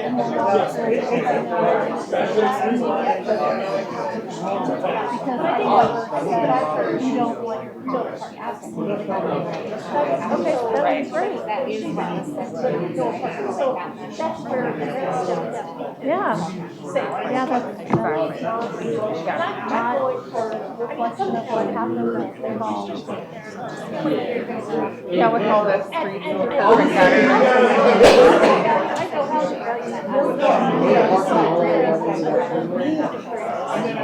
So you have to take what the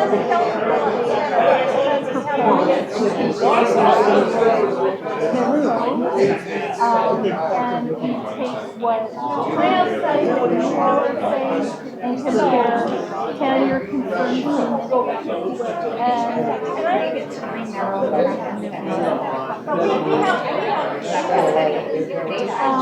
They submitted a traffic study and the city,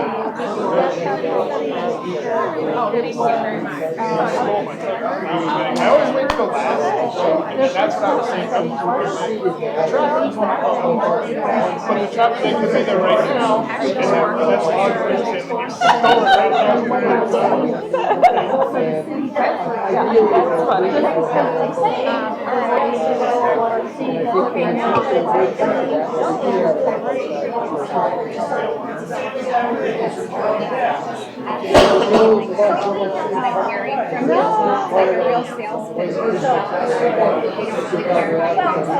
No, not at all. We have to evaluate their plan based on the. Everybody would love to sit down and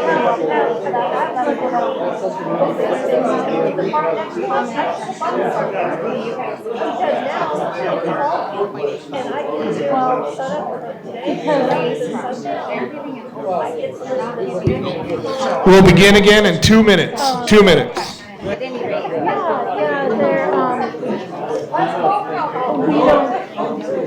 We're evaluating their change. Evaluating and I know that I said that in my email to you, is that at the time that they do their site plan, that's when we're having to evaluate the technologies that they're providing for that site plan. Because right now they only provided a conceptual review, and we're going to have to make it so it's hard from the stage to say, see what are they planning to do and how would that impact them, because we don't know. It's hard, but take care. I know you can't, you said that you have challenges to get to City Hall. Hey, how are you? Thank you. You have challenges getting to so, oh, you know what?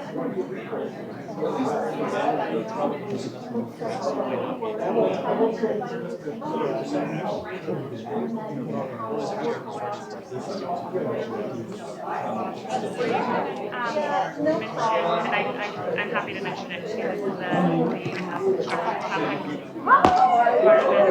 Staying on 23rd and play rather than River. I know that was it is, yeah.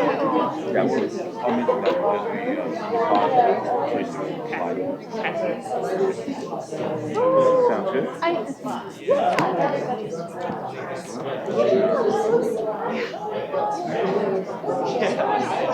So like it went, and it's probably the way it should have, so.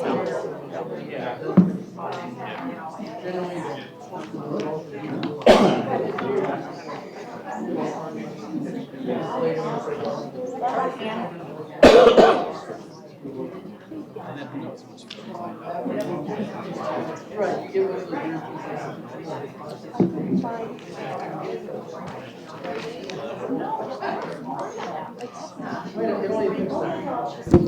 everyone can take their seats, we're going to go ahead and get started with our meeting. Thank you.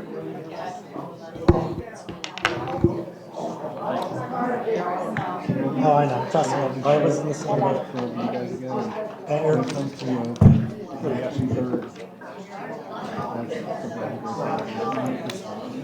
I'm going to talk about that if we're really not getting the story. We're far.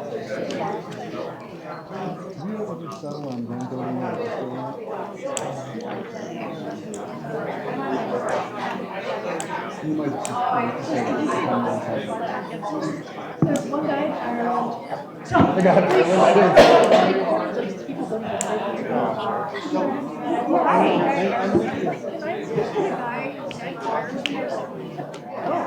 You're talking about the one you're on right now? Yeah. That have Catherine name? I don't know. Yeah, I'm guessing as much. Oh, for the touch. I was going to say, this one's not even a public. Thinking I might need that. Like, woo! How you doing? Like working. I tried one of those, I didn't like the taste of it. Welcome back, everyone. I'm going to reconvene the meeting. Next item, new business. Item B, consideration of resolution number 16-2019, a resolution approving the Mission Springs final plat. We'll hear from staff. Thank you, Mayor. This item is a consideration of the final plat for the Mission Springs development. As council may recall, you heard the preliminary plan hearing on April 16th of this year. So I will turn this over to staff to give you a land use summary. I just want to give a little coming attraction to one item because it was such a out in front item at the first hearing, and that was related to 23rd Avenue and construction traffic. I just want to let the council know that part of the presentation will address those. We have recommendations and an approach tonight that will address resident concerns that we heard that night. So with that, I'll turn this over to Assistant City Manager Randy Reedy and our Senior Planner Savannah Benedict. Yes, Mayor and council members. Yes. You got it. Thank you for the opportunity to present this project tonight. I know the developer is here as well, and we'll have a short presentation. And we will talk to you in just a few moments about 23rd Avenue. There's some information in the packet that I'm sure you've seen, and we'll be happy to go over that with you. As you know, this is a Mission Springs is the name of the overall development. It does consist of two developments, 27 units of single-family and duplex Habitat for Humanity built homes. And then the Commonwealth Group is coming in with 68 apartments to the south of that, just south of Quay. So we heard from neighbors throughout the process about concerns with traffic and drainage, and we will hit those issues head on tonight. So with that, I'd like to turn it over to Savannah. All right. Good evening, Mayor Rudy and council members. Savannah Benedict Welch, Interim Senior Planner. We have before us this evening the Mission Springs subdivision.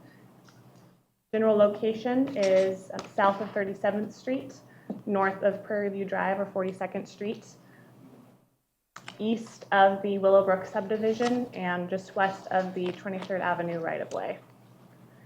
The property is currently zoned R3, which is appropriate for the proposed plat. These are some photos to just give an idea of the property on site. This is looking kind of towards the north end of the development, and this is looking towards the southeast end of the development. The request includes an affordable housing development consisting of a mix of single-family, duplex, and multifamily residential. It includes a Mission Homestead development on the north side of the future extension of Quay, which includes 27 single-family and duplex lots, as well as Mission Village, located south of the extension of Quay, with 68 multifamily units. As mentioned, there will be an extension of the right-of-way for Quay Street and an internal right-of-way for the 27 home sites.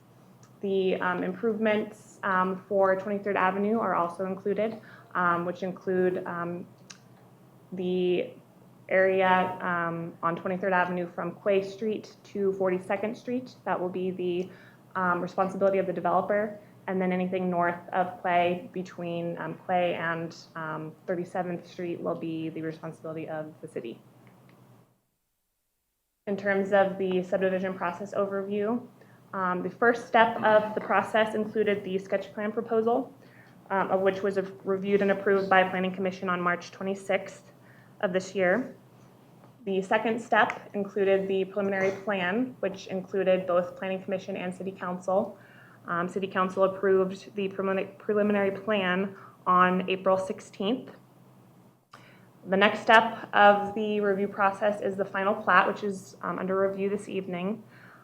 This is reviewed by city staff and City Council. A development agreement will also be discussed at a later City Council hearing, and this will be a condition of approval for the final plat as well. In addition, the next step is the site plan. This process is just for the multifamily development. That is actually currently under review concurrently with the final plat. However, that is just an administrative review by city staff. Following site plan is the building permit stage, which also includes plot plan maps for the single family developments and duplex units. This is an exhibit showing the final plat proposal. North is actually to the left. So this shows Quay Street right here, extending towards the east, as well as the 23rd Avenue right-of-way. This does not necessarily include the construction of 23rd Avenue, but the plans do show the two-lane improvements of 23rd Avenue from Quay down to 42nd Street. This also shows the right-of-way extension for Mission Springs Lane. Included in the approval of the preliminary plan back in April was a variance to allow for a longer dead-end street for Mission Springs Lane, as well as smaller lot sizes. So that's already been approved by the City Council. As mentioned, there's 27 home sites proposed on this side, on the north side of Quay, and then this includes the 68 units on the south side of Quay. In terms of the review criteria for a final plat, the Land Development Code does include two sections that we will be reviewing this evening regarding the criteria that we use to determine if the final plat can be approved. The criteria for the general requirements for the final plat is located in section 18.06.090 D, and the development standards are within section 18.07. Included in the process were notifications to surrounding property owners, as well as referral agencies. We also required mineral notice for the mineral interest owners. That was provided in June of 2019. We also required publication in the Greeley Tribune on June 21st, 2019. And we also did a posting on the property on June 21st. And this was taken shortly thereafter. Of course, one item that should always be reviewed when looking at developments are the questions of compliance with the comprehensive plan and other master plans. So these exhibits show the future land use map, which shows the designated area as residential. It also shows the planning area focus map, which indicates 23rd Avenue as the kind of one of the primary corridors for future development, which we'll certainly address further in this presentation.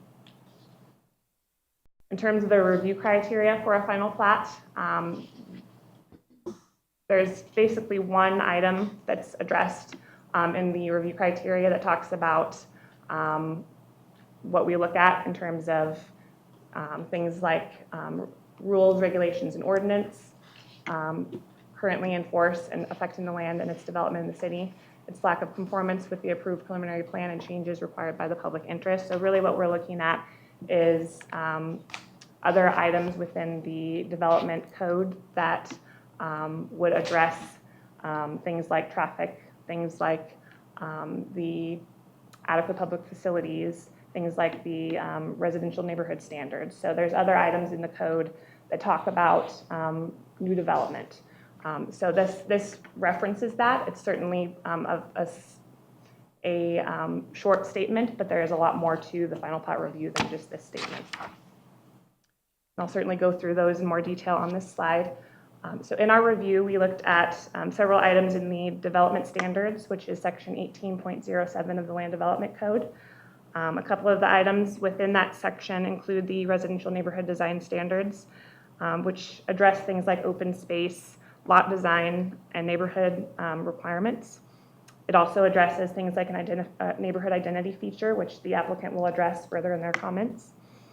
Another item is the adequate public facilities section, which talks about roads, water, sewer, utilities, detention facilities, and emergency services. It also discusses adequate landscaping, such as street frontage landscaping, parking lot landscaping, and building perimeter landscaping. It also discusses items like adequate signage that talks about design, size, and setback standards in the Land Development Code. It also mentions architectural standards, which is predominantly for more of the plot plan and site plan stages of the applications, but it does address things such as roof pitch, building materials, and elevation design, as well as screening requirements for the uses. Staff has reviewed all of these development standards and find that they do meet the standards of the Land Development Code. We can certainly address these topics in more detail. As Manager Becklenburg mentioned, one of the items that came up in the City Council hearing regarding the preliminary plan was the construction of 23rd Avenue. Both the developer and the city have been working on a plan for building the western 2 lanes of 23rd Avenue from 37th Street to 42nd Street. The city is determining a proposed budget and construction schedule for 2 lanes from 37th to Quay Street for council consideration, and the developer is planning to build 2 lanes of 23rd Avenue from Quay to 42nd Street or Prairie View Drive. I will now turn it over to Randy Reedy as well as the city engineer to discuss the cost and construction plans for 23rd Avenue. I'll provide just a quick overview of this and ask Mark to fill in the engineering details. But as Savannah just mentioned, one of the issues, the overall issue was traffic, but concern was expressed about construction traffic. And so the Mission Springs folks have stepped to the table and suggested what we think is an elegant solution in that they would shift what they're responsible for to go from Quay Street to the north all the way down to 42nd Street. One of the conditions of approval would be that all construction traffic would use that access off of 42nd Street rather than using Harbor Lane and going through Willowbrook. So that begs the question of what do we do to the north? And Mark has provided some estimates, done some looking at the 2-lane facility. It would not be the ultimate 4-lane, but going from Quay Street up to 37th Street, that would make the city responsible for about 64% of the total length of 23rd there. Mission Village would be contributing its 35%. Very rough estimate, but we wanted to provide one for you, is about $900,000 to do the city's portion of that. And in your packet did provide a brief summary of what we'll call an approach. It is not the only approach, certainly, but just something to spark discussion about possibilities for paying for that in 2020 and getting this all done as the project comes alive. So the possibilities there were threefold: to postpone repaving of the parking lot for this facility for a year would free up $350,000. Mission Village will be paying transportation impact fees. Now this is just the apartments of $247,465. That would leave about $300,000 that you and we would need to find in the 2020 budget to make the full extension workable extension from 37th to 42nd of 23rd Avenue a reality in 2020. So, ask Mark if I missed anything? No, I think you covered it all.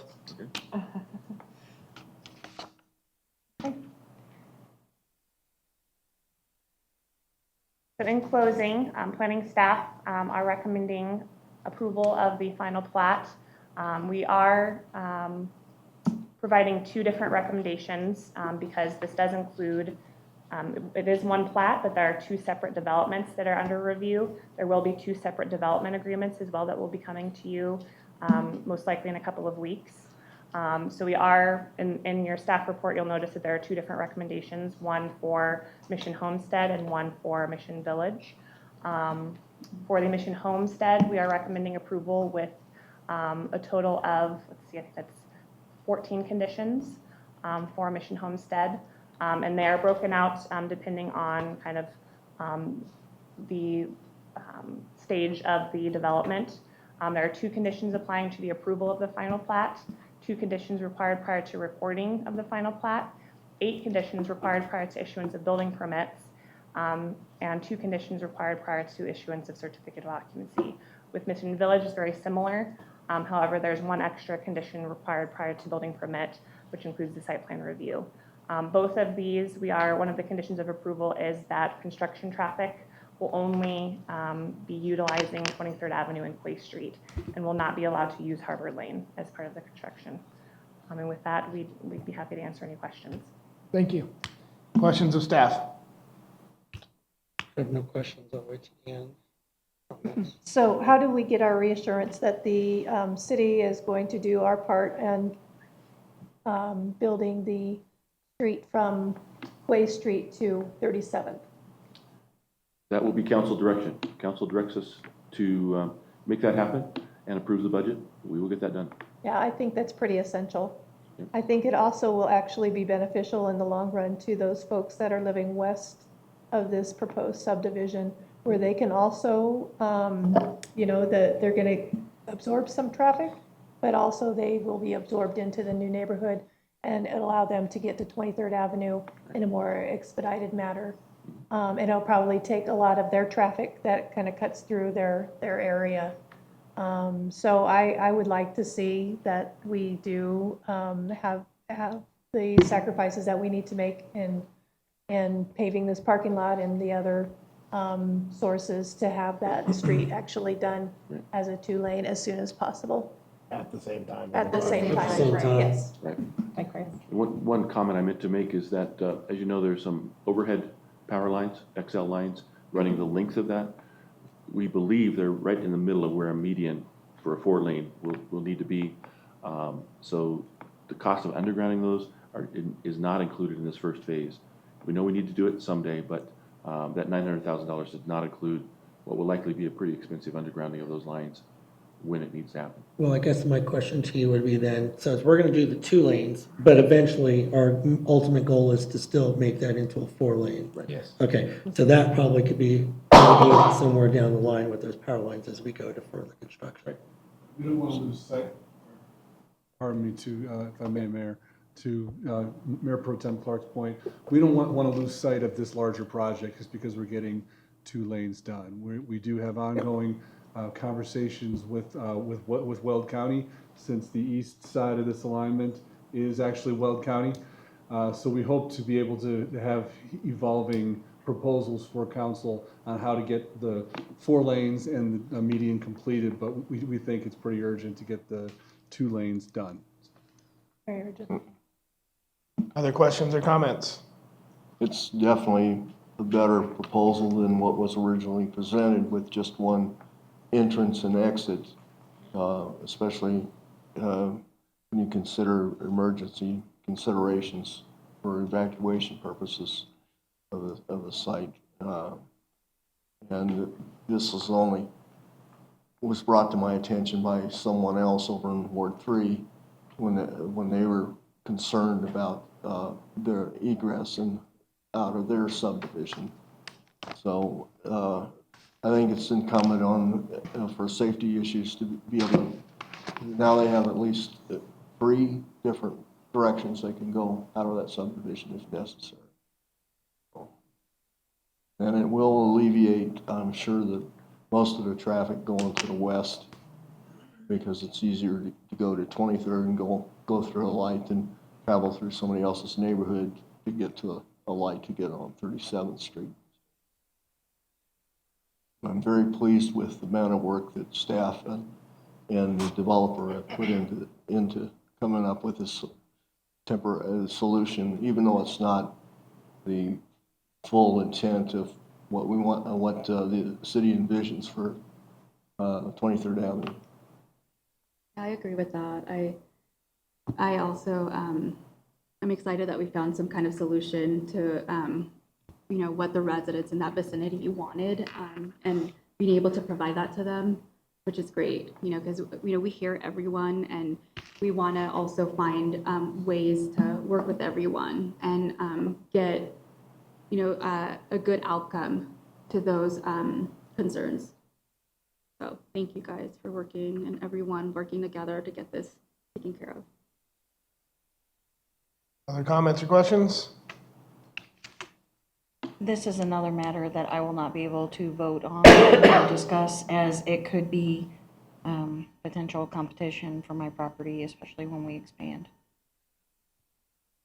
I think this is a fantastic project. I'm excited about it. It just makes me that much more excited if we can get 23rd Avenue done at the same time. That just is icing on the cake. So I'm all in favor for it. Can't wait to see it. So. I am too. And like I said, last time I knew about the other, I'm for housing diversity. I am so excited that we're able to provide, affordable housing for people, and then also have other areas for, different, income levels, but just, showing our community that, we're trying to bring everything we can to assist them in many ways, and bringing you all in is going to help with the people that aren't able to afford the higher rents or the homes, but still live in a nice place, and then provide single homes to people that are just right there, and just give that area and the people that were displaced, that the pride, bring back that pride. And that's what we're trying to do, bring back that pride that it was in essence lost during the flood. So thank you. Other questions or comments? I'd entertain a motion. I have one further comment. I do believe the original traffic study, which was conducted on Tuesday, January the 15th of 2019, since it was conducted in the middle of winter, basically, I think it might have been skewed with the amount of traffic that was going through that neighborhood. So I did want to bring that up. Fred? I move to approve resolution number 16-2019. I second. We can do it with the conditions of approval. Oh, with the conditions of approval, sorry. I do it, start it over. Yeah, I move to approve resolution number 16-2019 as proposed with conditions of approval. I second. I have a motion and a second to approve resolution number 16-2019 as proposed with the conditions of approval. All those in favor signify by saying aye. Aye. Opposed, nay. Motion passes.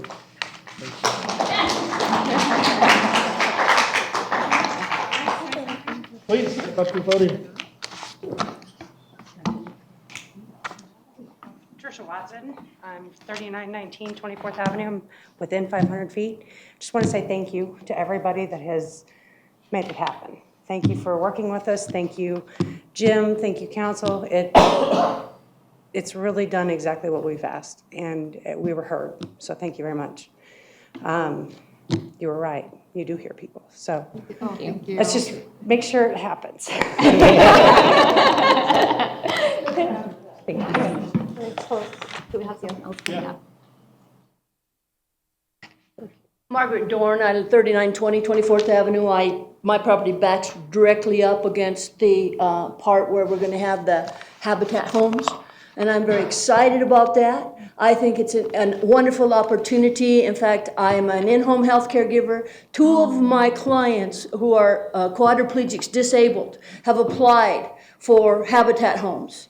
They could have had a chance to live in another area.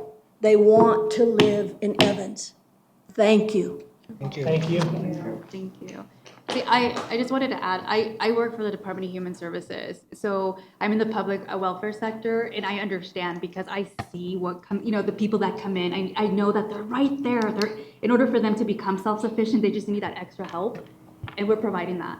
And I'm excited because that helps our city as a whole. It helps sustain, people to get to that next level. And that's what we're trying to do. And I'm happy.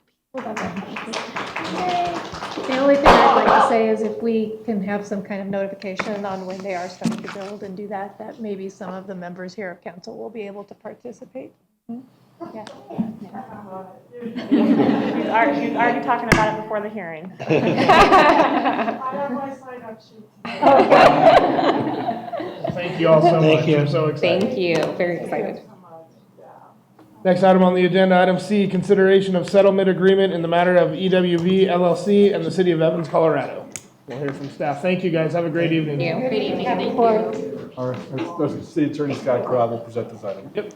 All right, thank you, Mayor, members of council. This is sort of the culmination of a rather long journey. Started with the flood and the events surrounding the flood in 2013 when Eastwood Village was inundated. After that, there was some efforts to reopen, and there were some discussions back and forth with the city. Long story short, Eastwood Village has not been able to use their property since then, and initiated a lawsuit against the city for not allowing them to use the property. The claims at one time against the city were in the range of $10 million in relation to those claims. And as a result of the efforts of the city's insurance counsel, Nancy Cohen and Nicole Black, and the efforts of staff, a settlement has been reached in that agreement, or a proposed settlement, but it is, of course, subject to the city council's approval. The settlement agreement that's been proposed has been facilitated in part by the fact that the city council recently adopted an ordinance that allows use of the property for an RV park and sets the criteria and process for allowing that use. And then in addition to enabling Eastwood Village to now use their property as an RV park, the agreement also contemplates a payment of $1.85 million to Eastwood Village. None of that comes out of the city's coffers. That's all being covered by the city's insurance carrier, or insurance carriers in this case. And both parties then will be waiving all of their claims. The conditions of the settlement agreement, which the Eastwood Village folks have indicated are acceptable to them, include that, one, the adoption of the ordinance, which has already happened. Two, that the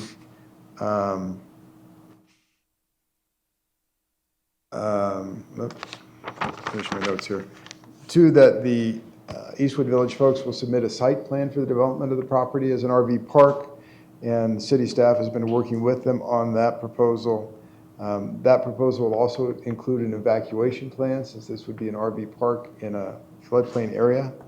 And then three, the approval of the settlement agreement by city council. So that's what's before you tonight, is the approval of the settlement agreement, and staff will be glad to address any questions you may have. Nancy Cohen is also here if you have any questions for her. Thank you, Scott. Questions of staff or the attorney? I don't have any. This is pretty straightforward when we went through it. Red? I would like to thank Scott and Nicole for all their hard work on this project. But in my personal opinion, I still feel that approving this just opens the gate for further lawsuits against the city when anybody experiences a calamity like this. They look around and see who has the deepest pockets and who they can sue and claim liability for. So I'm not in favor of approving this. Fred? Other questions of staff or comments? And I just want to thank everybody for their hard work, and it's just finally over. It's been a long time coming, so thanks to everybody involved in making this happen. This is fantastic.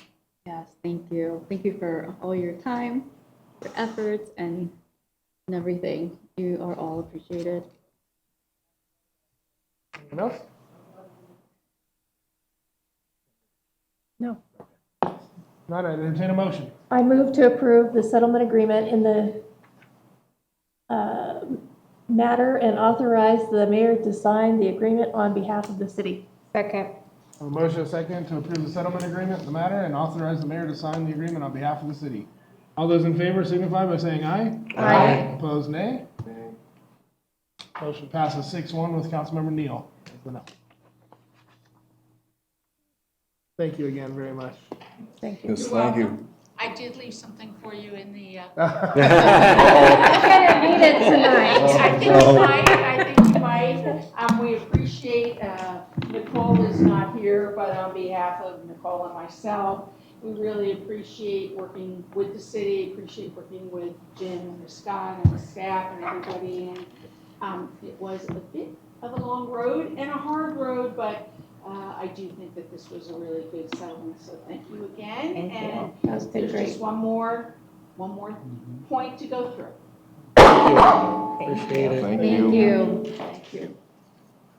See if it works out.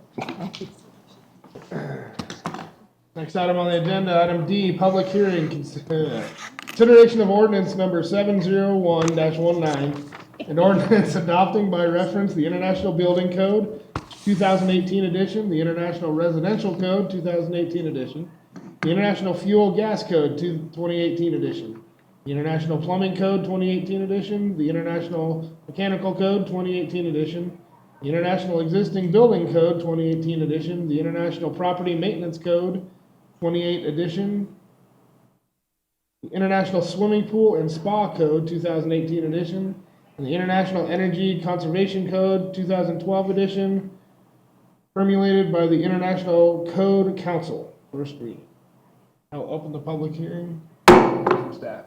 Thank you, Mayor. The last time Evans updated its building code was in May of 2017, and we updated the 2012 code at that time. So tonight, like many of the other cities in our area, we are requesting your consideration of the 2018 codes, and I'll ask our Assistant City Manager to summarize.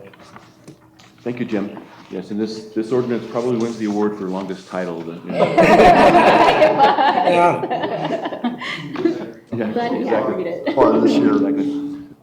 Did want to introduce a couple of folks to you. I don't know if you've had a chance to meet Caleb Sulzan with Safe Built, who's our chief building official. A pleasure to work with and kind of coordinating all of the plan reviews and the building inspections on behalf of the city. And then in the back there in the red is a wonderful young woman by the name of Heather Utrata, who is our building tech, building permit tech.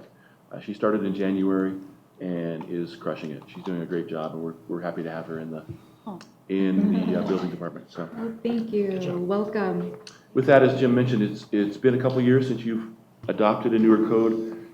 Caleb will go into some of the details of what we're proposing for you tonight in just a moment. But for now, there are a couple points about why do this. Part of it is certainly because of new technologies and new opportunities for safety and that sort of things that come along with innovation, and also to keep the building community, the architects and construction industry, on as consistent a process as possible. If all of northern Colorado is on, every city is on a different building code, it makes it very difficult not only to administer but also for them to be able to do their job. So we're trying to be consistent, provide a level of assurance of what's going on. These code provisions are intended to provide clarity and direction to the building industry and to move us forward. This is somewhat unusual for an ordinance in that because of the nature of it, we're proposing a delayed implementation date. Give the building community about 3 months until October 1st to have their plans conforming with what we're proposing tonight. so they can finish up any plans that they're working on now without having to switch midstream. And then on January 1st or January 2nd, the actual inspections will be conducted back on those plans that were done to the 2018 code. So I know that's a little unusual, but we think that's fair. We're already planning a July 10th meeting with notices that have gone out to architects and contractors that we know work in Evans. So we can talk to them and make sure they have no concerns, or we can answer questions about these issues. There are a handful of decision points as Caleb goes through his presentation for local amendments along the way. We're, for the most part, adopting some very thick regulations by reference. There are some local amendments, though, that Safe Build, the city, and the fire district have recommended to you. And so as we go along, please feel free to ask questions or to challenge any of those recommendations. We want this to be your decision as we bring this to closure. And because it is a ordinance that's adopting a code by reference, you will have a public hearing on second reading as well. I know that's a little unusual as well, but don't know that we have too many people. So anyway, with that, I'll turn it over to Caleb, and we'll hear some more details about what's proposed. Thank you, Mr. Mayor and council members. It's a pleasure to meet you, and I'll try to keep this as brief as possible. But if you have any questions, feel free to interrupt and ask along the way. Again, this is the list of the codes. All of them would be updated. The exception is the top one. The National Electrical Code is not produced by the International Code Council, and the Electrical Code and the Plumbing Code are adopted statewide by the state of Colorado. So those are enforced, by all jurisdictions throughout the state under the state code. The other codes are adopted locally at each individual jurisdiction with amendments. So, so the amendments that we're proposing don't include the plumbing code and the National Electrical Code because those are already adopted at the state. Oh yeah, the energy conservation is on the 2012. There was a state bill that was passed earlier this year that requires that any jurisdiction at the time that they update their building codes to also adopt an energy standard that is within the last 3 printed editions. So that would either be the codes are issued every 3 years and updated. So it would be either the 2012, 2015, or 2018 would be the 3 options. Currently, we're enforcing the 2012 building codes for all of those standards and the 2009 energy code. So in the process of updating the building codes, by the state law, we are required to at least update to the 2012, if not a more recent edition. So we put this together back in January when we started some of the process. There have been some updates, and did you have the slide with that updated sheet I'd sent you? Or it's in the packet. It's in the packet, okay. So I did provide Randy an updated list of towns and cities that have completed the code adoption process.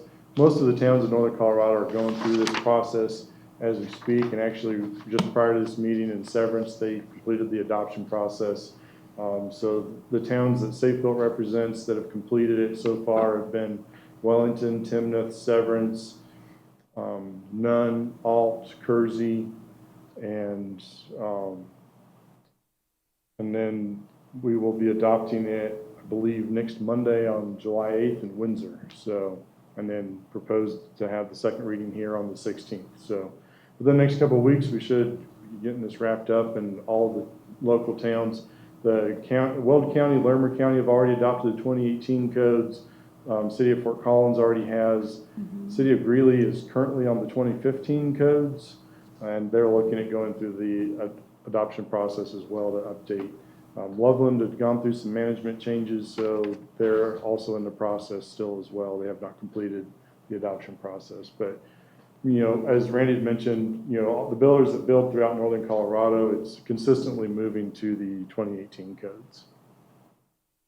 Now, there are some differences. Some towns have gone with the 2012 energy, some have gone with the 18. So there are some differences there, as well as some of the amendments. Each town and city is a little unique in those. Here's a few code amendments that we have in the code that will carry over to the 2018 codes from the 2012. Fence height was amended from 7 feet that's allowed by code to 6 feet or higher. It would, so anything under 6 feet would be exempt from a permit. If you're building something higher than 6 feet, you would have to get a permit. That's to align with the town zone or the city zoning code. We had a definition of what a sleeping unit or a sleeping room is, because that was contested somewhat. Like if you had a room that was in the basement, that had a closet, had, what do you require an exit out of that or not, based on does it meet all the criteria of a sleeping unit and a sleeping room, then we would require the smoke alarm, carbon monoxide detector, and egress window with the window well if it's below grade. So that gave us some clarity there to find that. Also added in protection for window wells that are deeper than 30 inches.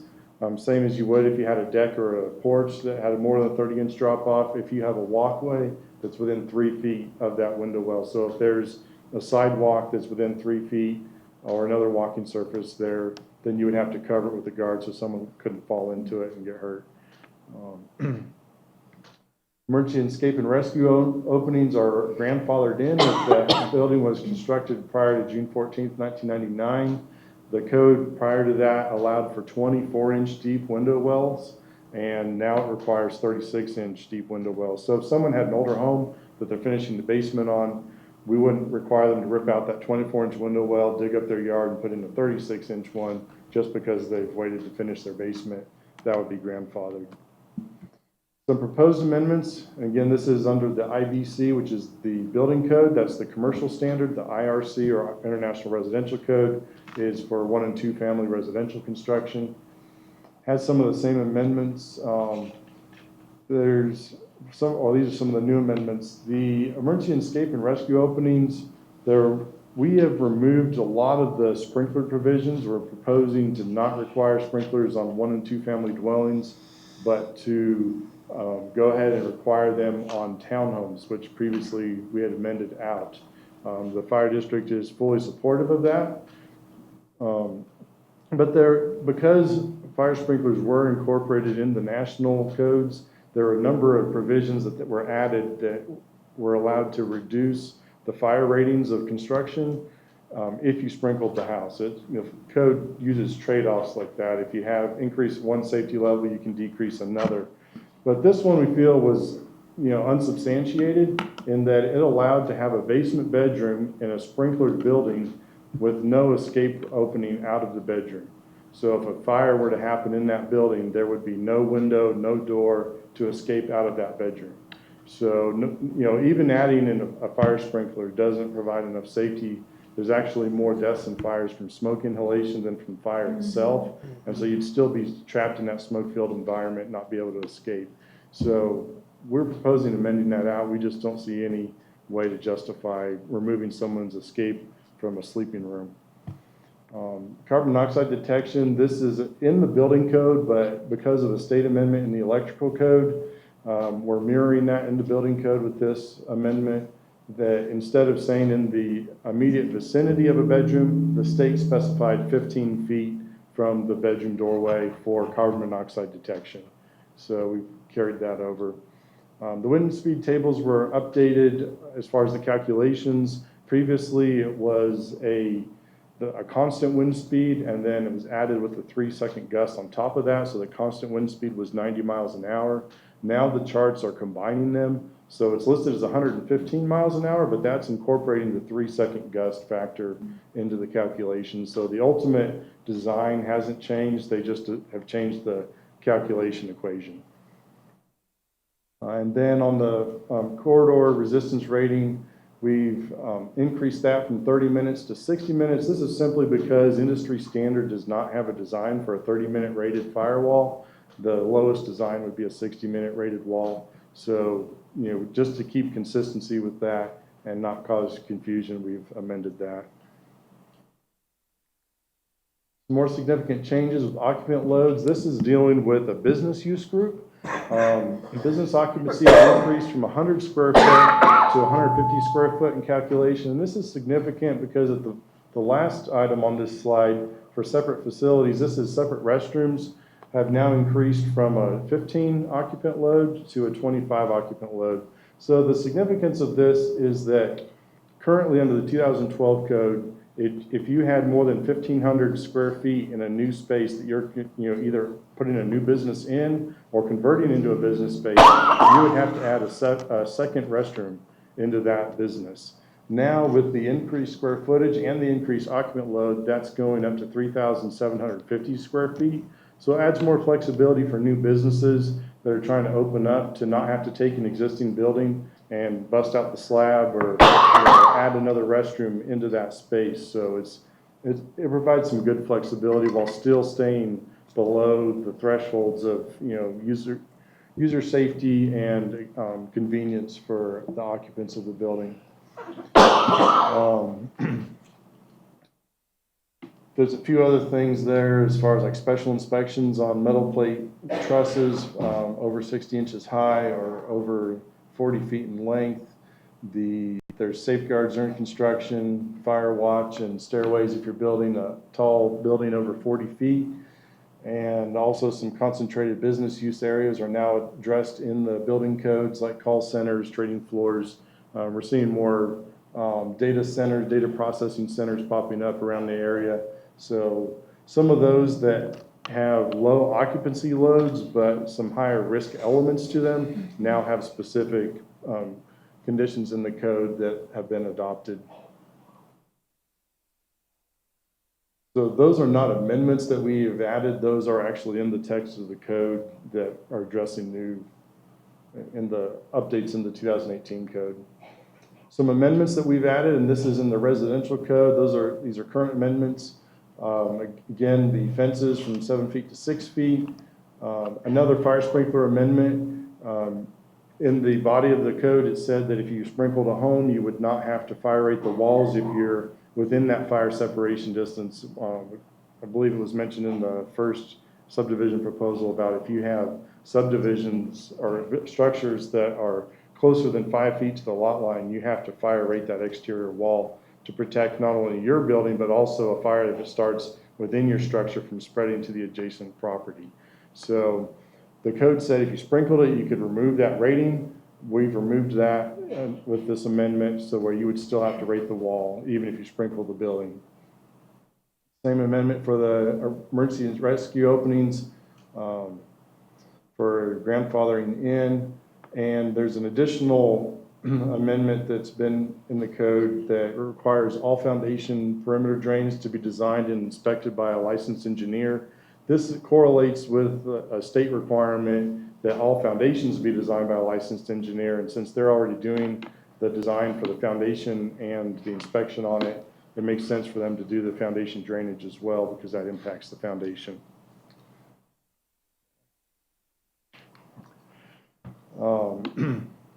Some of the new proposed amendments. Fire protection of floors, we had amended this out in the 2012 code, but in Weld County and Larimer County had proposed 3 amendments to this. This is for I-joist construction, which you've probably seen is 95% of the homes are built with it. It's a piece of plywood down the center with 2 2x3s on top and bottom instead of using a regular solid wood joist. And the issue with those in a fire is that the plywood burns out and there's nothing holding that top and bottom strand apart. The floor still appears to be intact, but if a firefighter walks across it, it's going to collapse out from under him. So the code required that it be protected. It had 4 options for protecting it, but it included protecting the entire floor surface above an unfinished basement.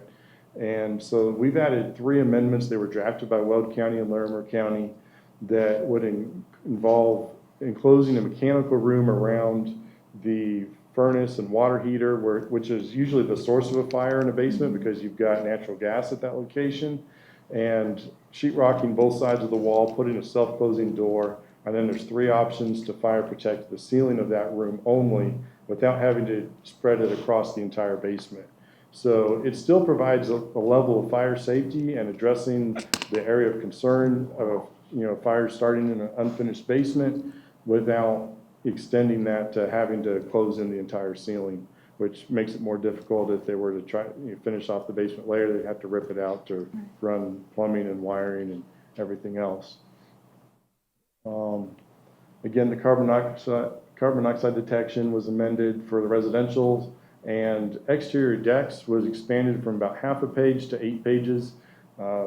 Previously, deck construction had to follow the same tables as regular construction within the house. Now there's separate tables for the deck joist spans, deck beams, and lateral load restraint.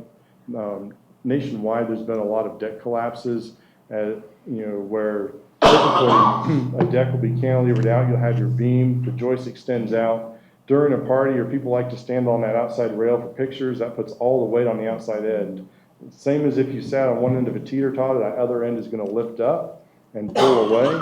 And so all the forces that have been built into decks previously were to withstand load and forces downwards, not uplift. So now that's addressed with the lateral load restraint and uplift restraint back at the structure.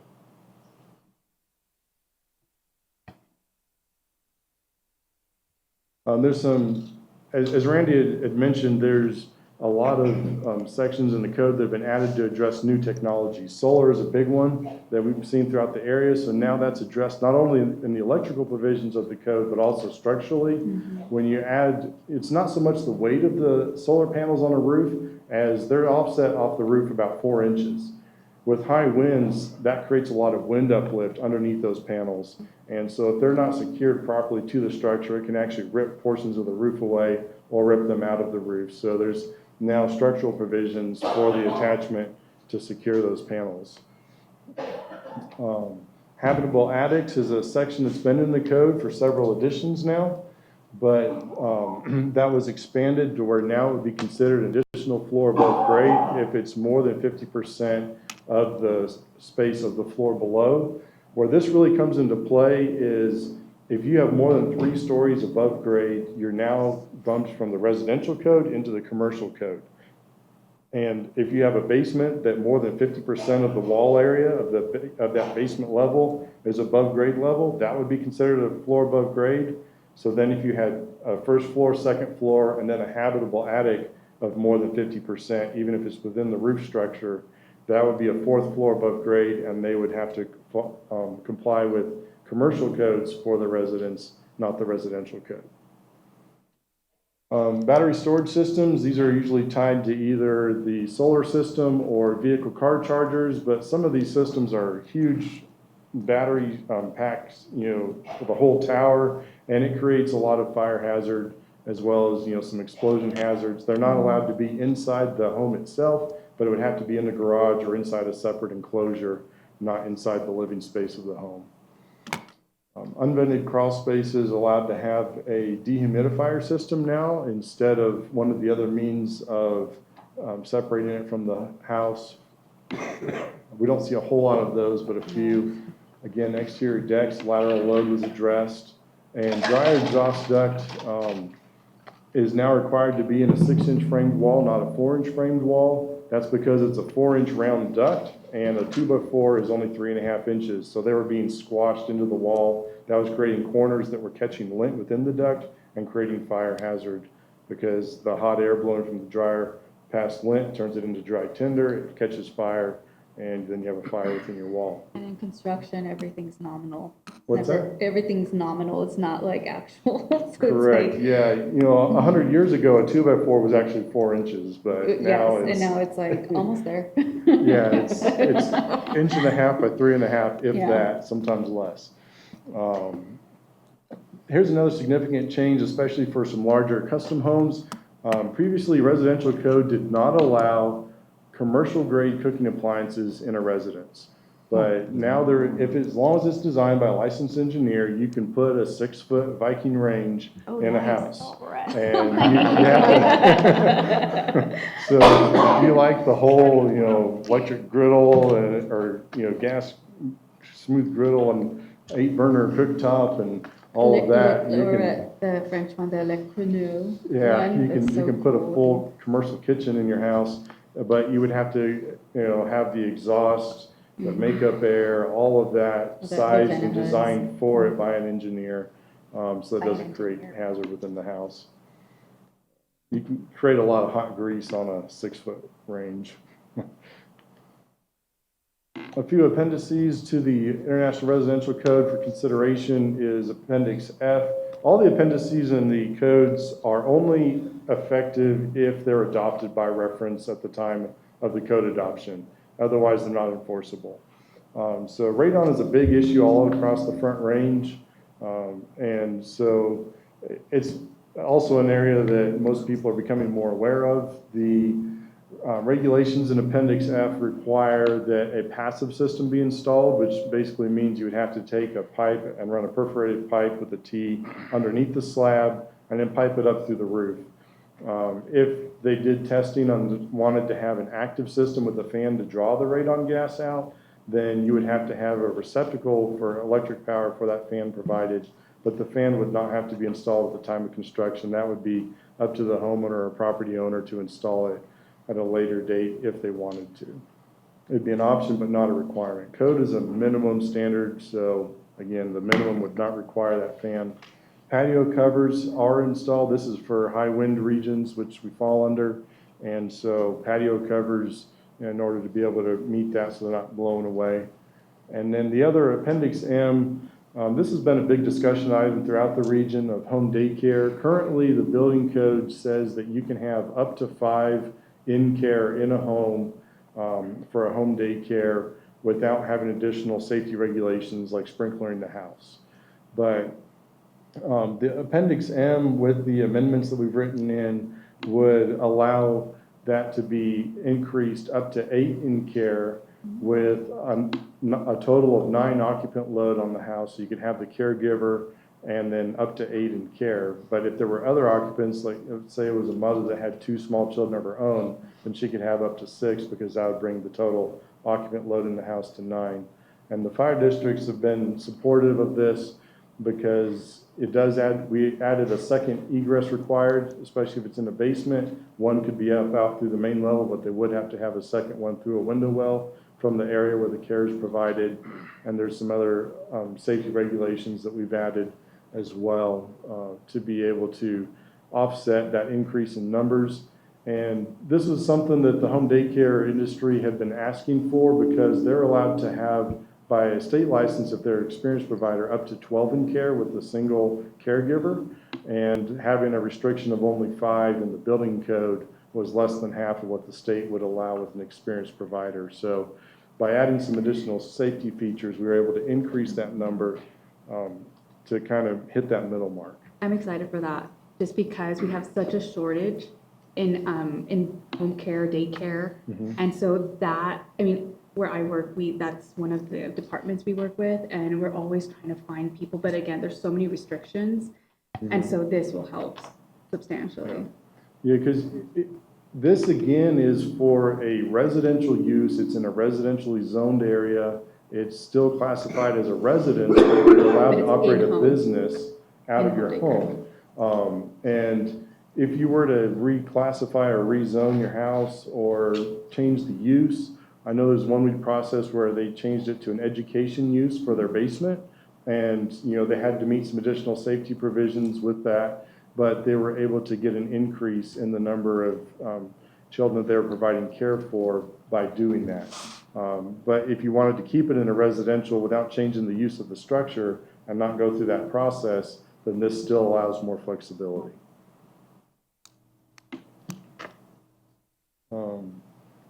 So fire sprinklers, on the bottom bullet point there, from 2013 to 2018, there were almost 110,000 fires in multifamily units, resulting in 405 deaths.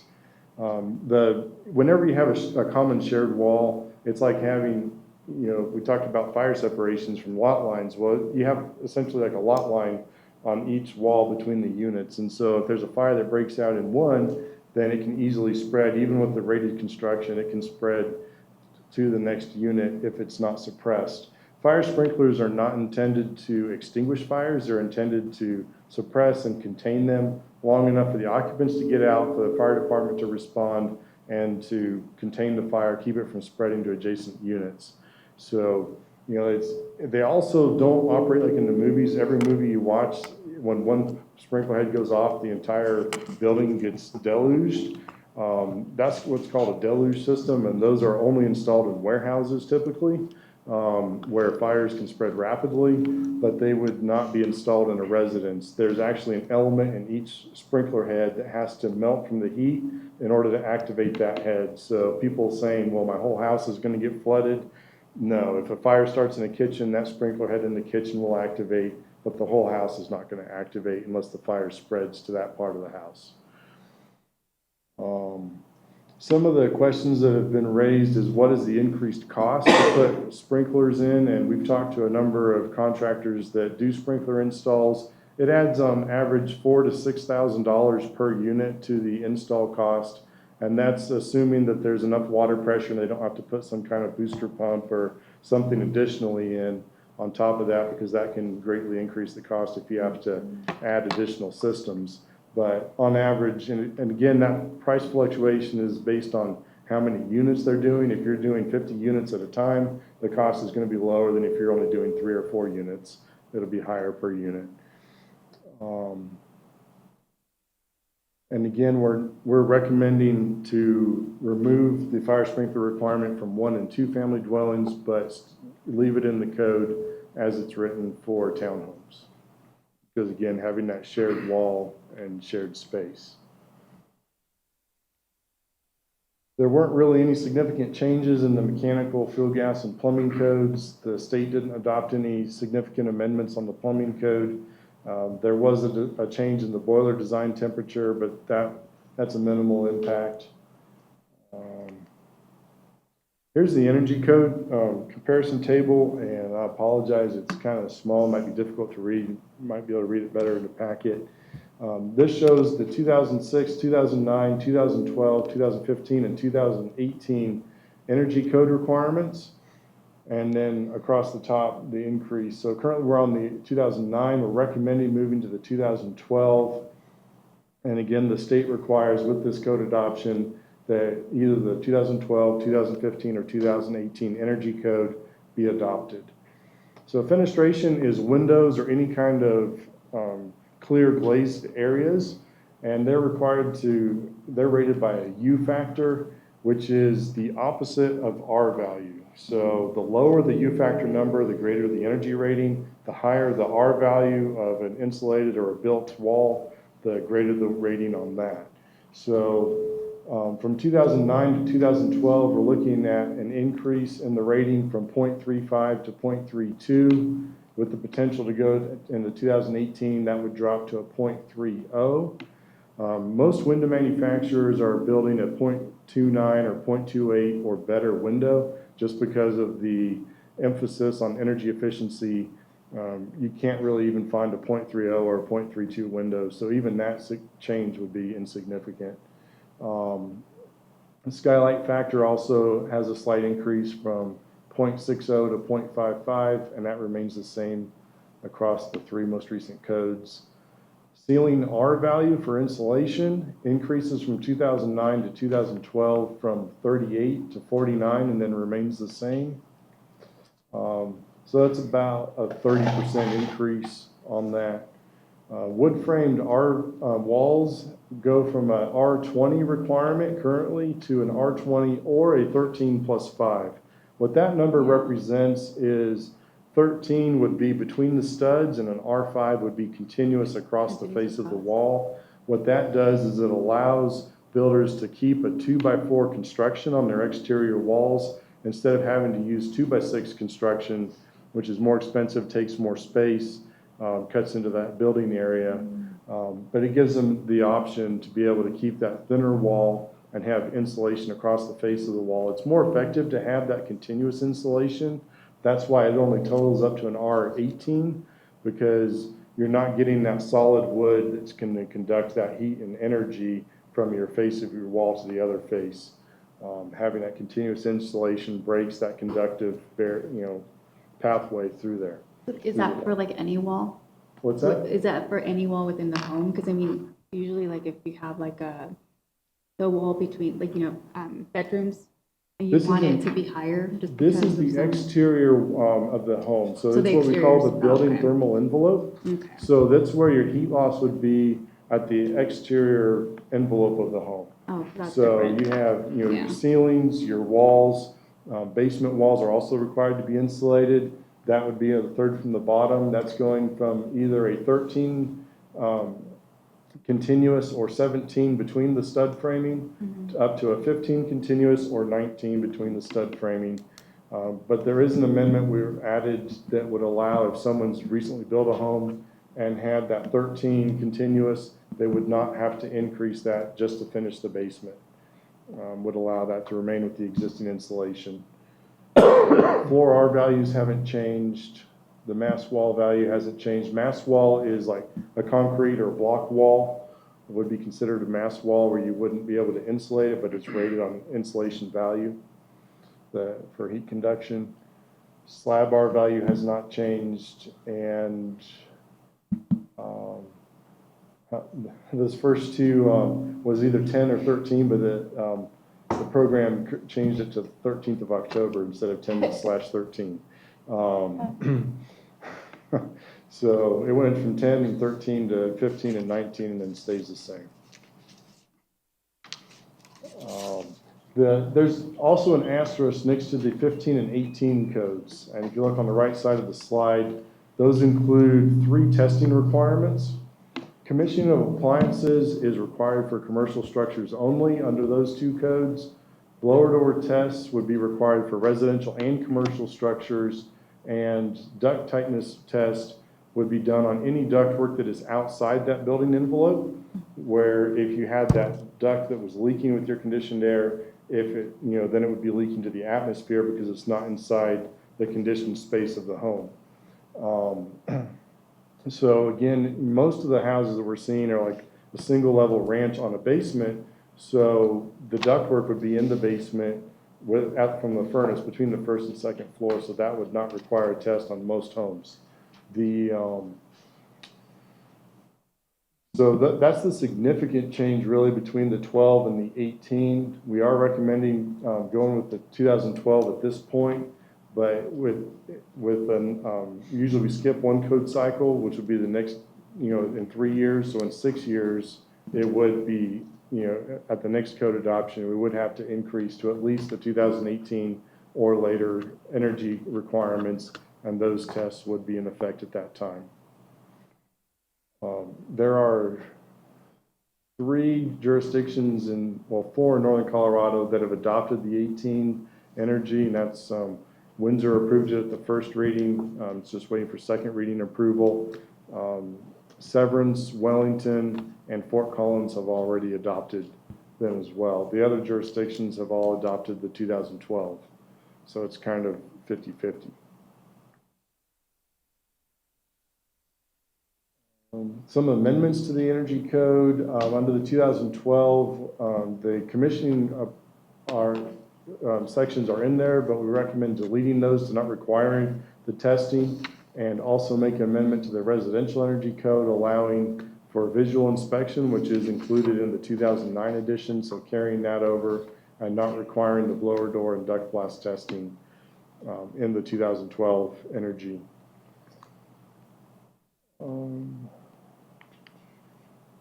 The other amendment there that I've mentioned before is if you finish a basement, you wouldn't have to increase the insulation from R13 continuous to R15 continuous just because you're finishing it. This is a new code that was added. Were there any questions on energy? I know we spent a little bit of time, but that's been one of the biggest items in this code adoption process for most folks focused on.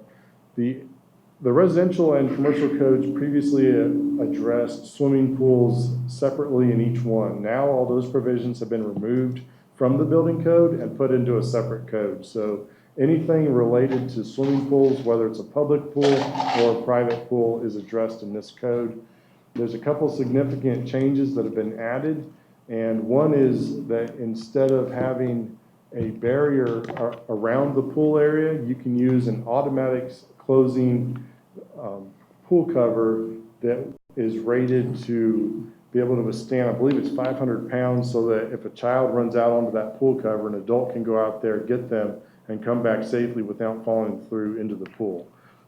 That's the same testing requirement as is used on hot tub covers, but a 6-foot hot tub is a lot easier to have that, rating on than a 30-foot wide pool. You have to be able to still withstand that weight in the center of that pool cover. So they're pretty substantial and very expensive, but some people would rather not block their view with the 4-foot fence, so they'll pay the extra $40,000, $50,000 for the pool cover. So again, they're pretty pricey.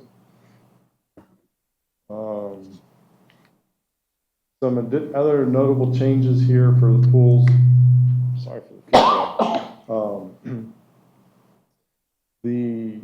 There's been some changes for public swimming pools on the pool classifications. The occupant load, they are rated for how many people can safely be in the pool and the limits on that. And also some new requirements for calculations on how many restroom facilities are required for a public pool to make sure that there's sufficient, toilet facilities on those, for those pool areas. And also accessible entry and exit provisions in pools. So if you'll notice, more pools now being built with ramps into them and with like chair lifts and things so that people who are handicapped can still access the pool. So there's new provisions addressing that. So a few decision points that we would ask the council to make would be whether or not to require the fire sprinklers in townhomes, whether or not to mandate fire sprinklers for 1 and 2 family dwellings. Again, we're recommending to include and incorporate fire sprinklers in the townhomes, but not the 1 and 2 family dwellings.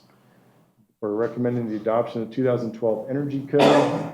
We did not have a slide on reclaimed water systems, gray water. This is something that's in the state plumbing code, but they leave it up to each jurisdiction whether or not to adopt it. It's regulation 86 that the state adopted. But if you choose to adopt it, it comes with some heavy reporting and regulatory burden on the city. And what these are essentially is it takes water from bathtubs, showers, dishwashers, and sinks, and would be used for flushing toilets. It would not be allowed to be used for exterior irrigation or anything besides the toilets. It'd have to go into a treatment tank, and you'd have chemicals. Also, any overflow from those that would be overflowing the tank has to be retreated before released into the public sewer system.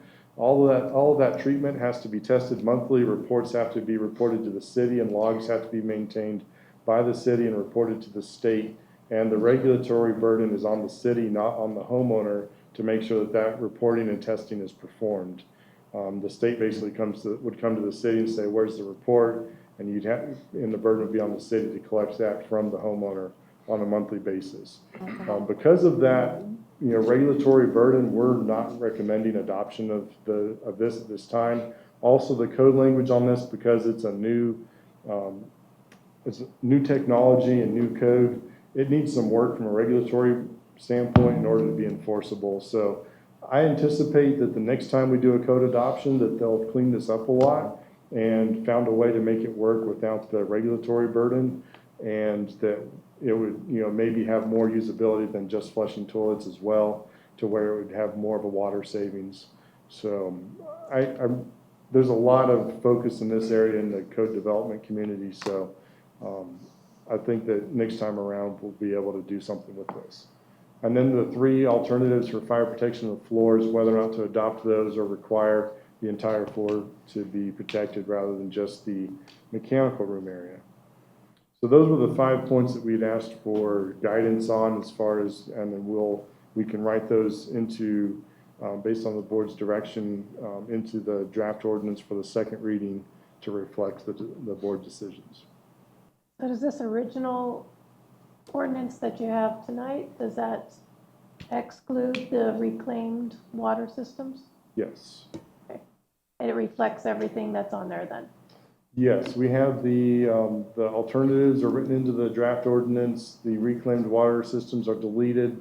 It's referencing the 2012 Energy Code, and removed the requirement for fire sprinklers on 1 and 2 family dwellings, but left it for the townhomes. So we if don't the need to board- make any amendments to what was presented tonight. Yeah, so if the board, or if the council decide to go a different direction, then we could make the amendments to reflect that, based on your decision. I think that was it, yeah, questions? This is a public hearing, and we have 2 people. Is there anybody who wishes to speak in favor of this? Anyone who wishes to be opposed to this? No rebuttal, so now do we have any questions? Self-explanatory. After hearing all that, I think my house is going to be condemned because it doesn't meet the current code. Close the public hearing, open it for council discussion. No comments, questions? No, all makes sense. I think, if, like I said, if the ordinance that's Yeah, presented without tonight that gray water reflects that, then like, it looks like it's pretty straightforward. Just a brief comment on the process. This is adoption of a code by reference. Usually when you have an ordinance in front of you, you have the whole ordinance in front of you. And just because these are so long and cumbersome, both the state legislature and your charter allows you to adopt these international building codes as well as other uniform codes such as the model traffic code by reference. And that's why you don't have the whole thing in front of you. The flip side of that is that your charter and the state statute also say that if you're going to adopt these by reference and not have that whole thick ordinance in front of you, you have to include the complete title of each of the codes in the title of the ordinance, and that's why you got such a long title to deal with in the first place. Okay, thank you. Any other comments? Not, we'll entertain a motion. I move to approve ordinance number 701-19 on first reading. Okay. A motion and a second to approve ordinance number 701-19 on first reading. All those in favor signify by saying aye. Aye. Opposed, nay.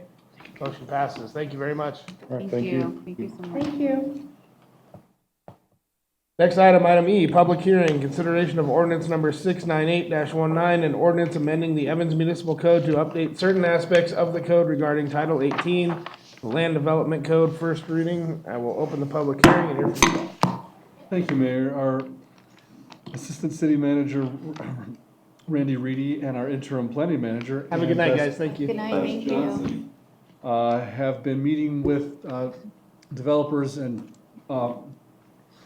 property owners now for a number of months, and have also been comparing notes, looking at best practices across different jurisdictions. And they have also worked with the Planning Commission on reordering some of the sections of our land use development code. And so that's what you have tonight. This has been through our Planning Commission, and I'd ask them to provide a brief summary, but I'll first note also, and I'm sure they'll say it as well, there are no substantive changes to the code. This is only how that code section is ordered to make it more clear. If I've stolen all your thunder, I apologize. Right, so again, good evening, Ann Beth Johnson with the City of Evans. So what we are finding is that when we're meeting with other staff, when we're meeting with the development community, they all say the code organization is confusing. They don't know where to look to find things. So again, we're not making substantive changes.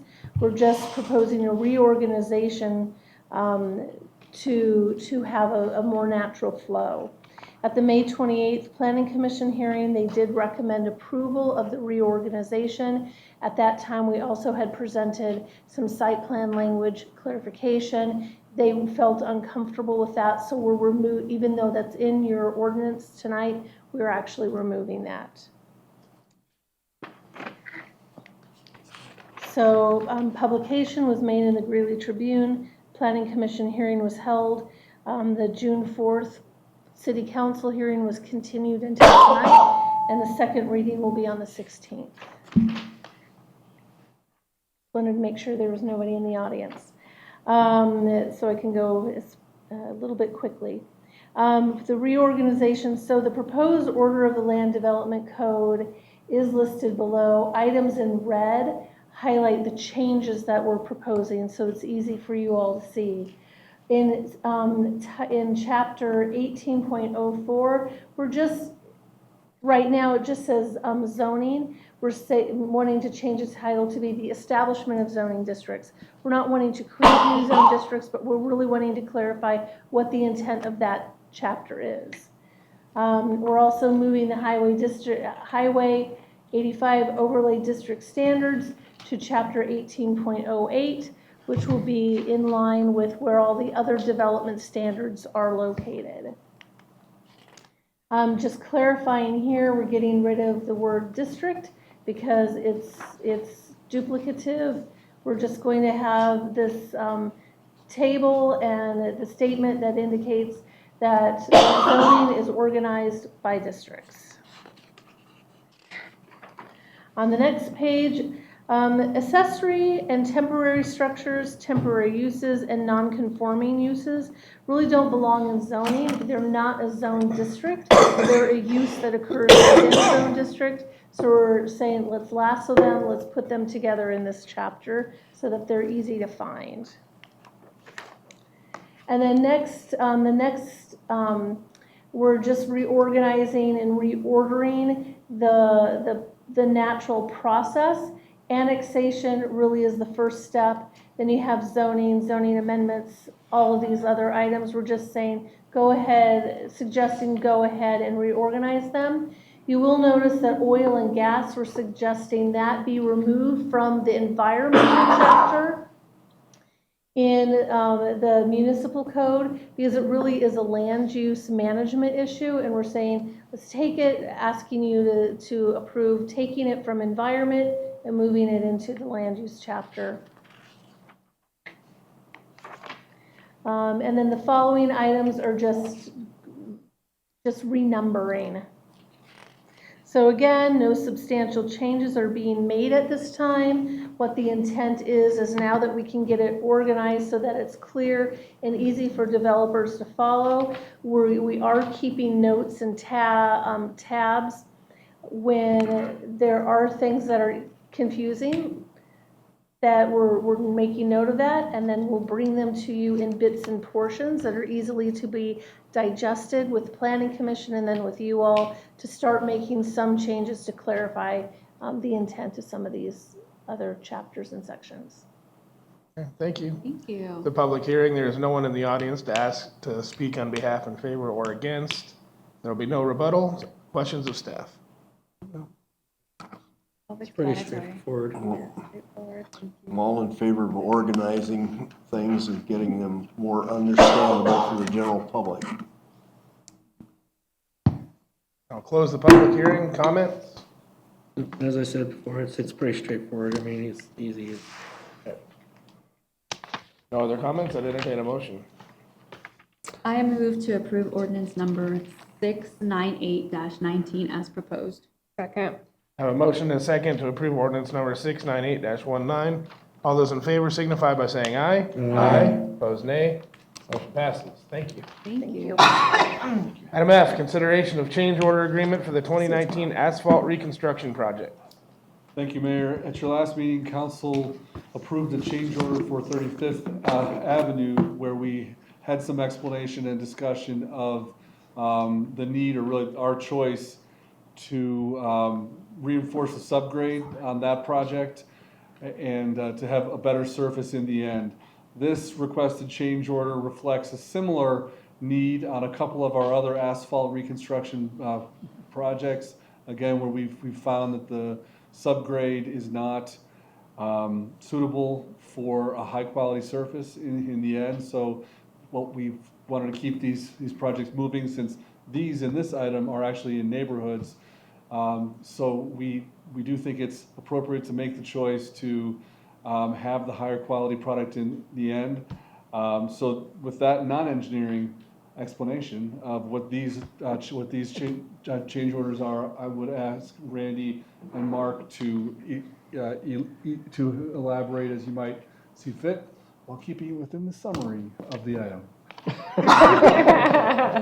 Are you saying, Mr. Mayor, members of council, thank you. So long and short is that the subgrade was similar to what we're seeing out on 35th Avenue. And also the fact that the road was built without any road base. When they opened it up, it was built basically on the dirt, which is hasn't been done in my career. Most everything I've ever seen always has road base. So the solution to the subgrade, rather than trying to rework it and bring in material and rework it and spend a lot of time, we fly ashed, both Corvina Court and Phlox. And that stabilizes the subgrade. We bring in the road base and then we pave. The other part of the change order was during that Corvina Court scenario, we had like a week of on-off rain, so they weren't able to get in there and do the fly ash. So that extended the time that the traffic control had to be there. So that's part of the overall change order, which was about, that part of it was only $5,000. The sum of the change orders was $57,622, which put us over the $175,000 by about $27,000. So what we're doing within the $600,000, or with the $1.2 million, it's all encompassed within the street maintenance budget, is moving some money around to facilitate these long-term changes, these long-term fixes. We may not do as much striping at the end of the season, but we have these two roads that'll be in really good shape, and then moving forward, we'll try to continue that, and hopefully we'll find some better subgrade, but I'm not betting on it for next year. That's the short version. I'd be happy to answer any questions. Thank you. Questions of staff? So basically, Mark, you're saying that when they were originally put in by the developer, they were put in substandard? Yeah, I think because our code has always had required base. I mean, from what I can see, and I've never built a road without base, and that's actually the real strength of a road is the base material. Right. And in the new standards, which we're going to hopefully adopt here in the next month, fly ash will be required mixed into the subgrade to stabilize that bottom, then bring in the base, and then put the paving on top of it. See, one of the reasons I asked that is back in 1979 when I had my house built in Evans, I called a contractor to find out why they weren't working on it, and he told me that the city of Evans wouldn't allow him to start work on it. So the next morning I called Evans, I got a hold of the city manager, I think it was Laverne Hines, and that was the reason why they weren't allowed to build. They had put in substandard material for the road base. And he said, well, do you want this corrected, or do you want the house built and the road falling apart? Yeah. So somewhere along the line, since 1967, and that new development over there, somebody on city staff changed and didn't follow up on the contractor. Mm-hmm. So I'm hoping with this new city manager and you guys, this is not going to happen. That's the goal. This all this new development we're approving. Yeah, have our new standards in place, Councilmember, hopefully. Other questions or comments? Thank you so much. Yeah, it's just a bad beat that they built it that way, but we got to have it fixed. And I'm glad we're looking forward to the adoption of, making sure that we continue with that standard that you're adopting. In essence. Well, it's becoming kind of standard for all the paving contractors to do that because it saves them time and money. Because having to rework it, they don't get paid to rework it. Right. No other comments? I'd entertain a motion. I move to award the 2019 asphalt reconstruction project change order to Don Ken Construction, Inc., and to authorize the mayor's signature on a change order agreement in the amount not to exceed $57,622. Second. I have a motion in 4 seconds to award the 2019 asphalt reconstruction project change orders to Don Ken Construction, Inc., and authorize the mayor's signature on a change order agreement in the amount not to exceed $57,622. All those in favor signify by saying aye. Aye. Opposed, nay. Passes. Thank you. Thank you very much. Thank you. Item 9, report, city manager.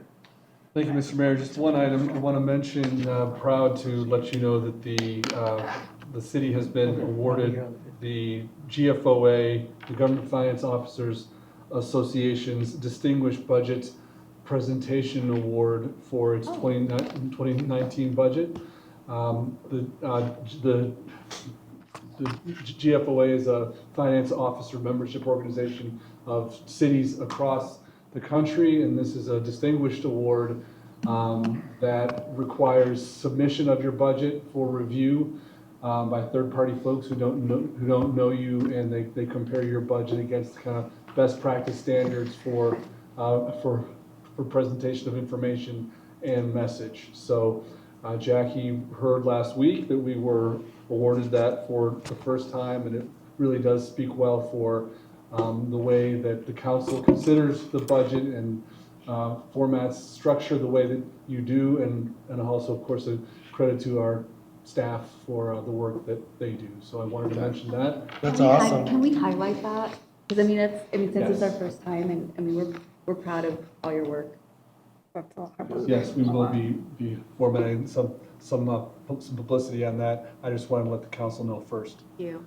Jim, I thought that had been awarded to the city in like 2008 or so. Perhaps I had thought it was the first time in a while.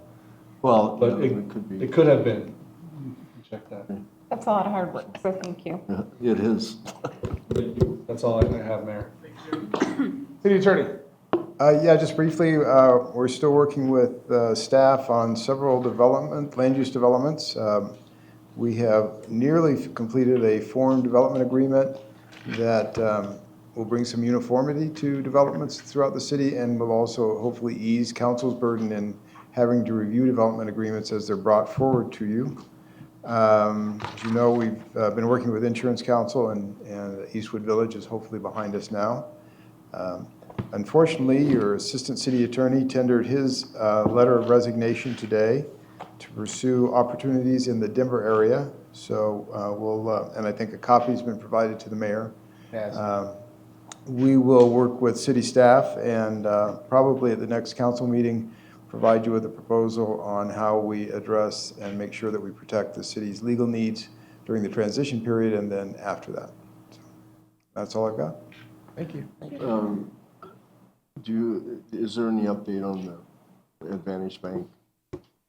No, nothing since our last discussion.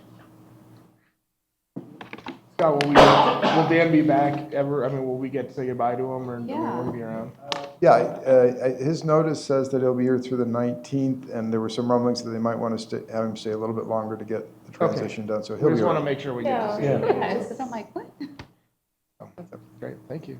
I just want to say great job tonight, everyone. That's a long meeting with a lot of public input, and I thought everyone did well, staff and council included. You So, guys too. Thank you, guys. Tough meeting, good meeting.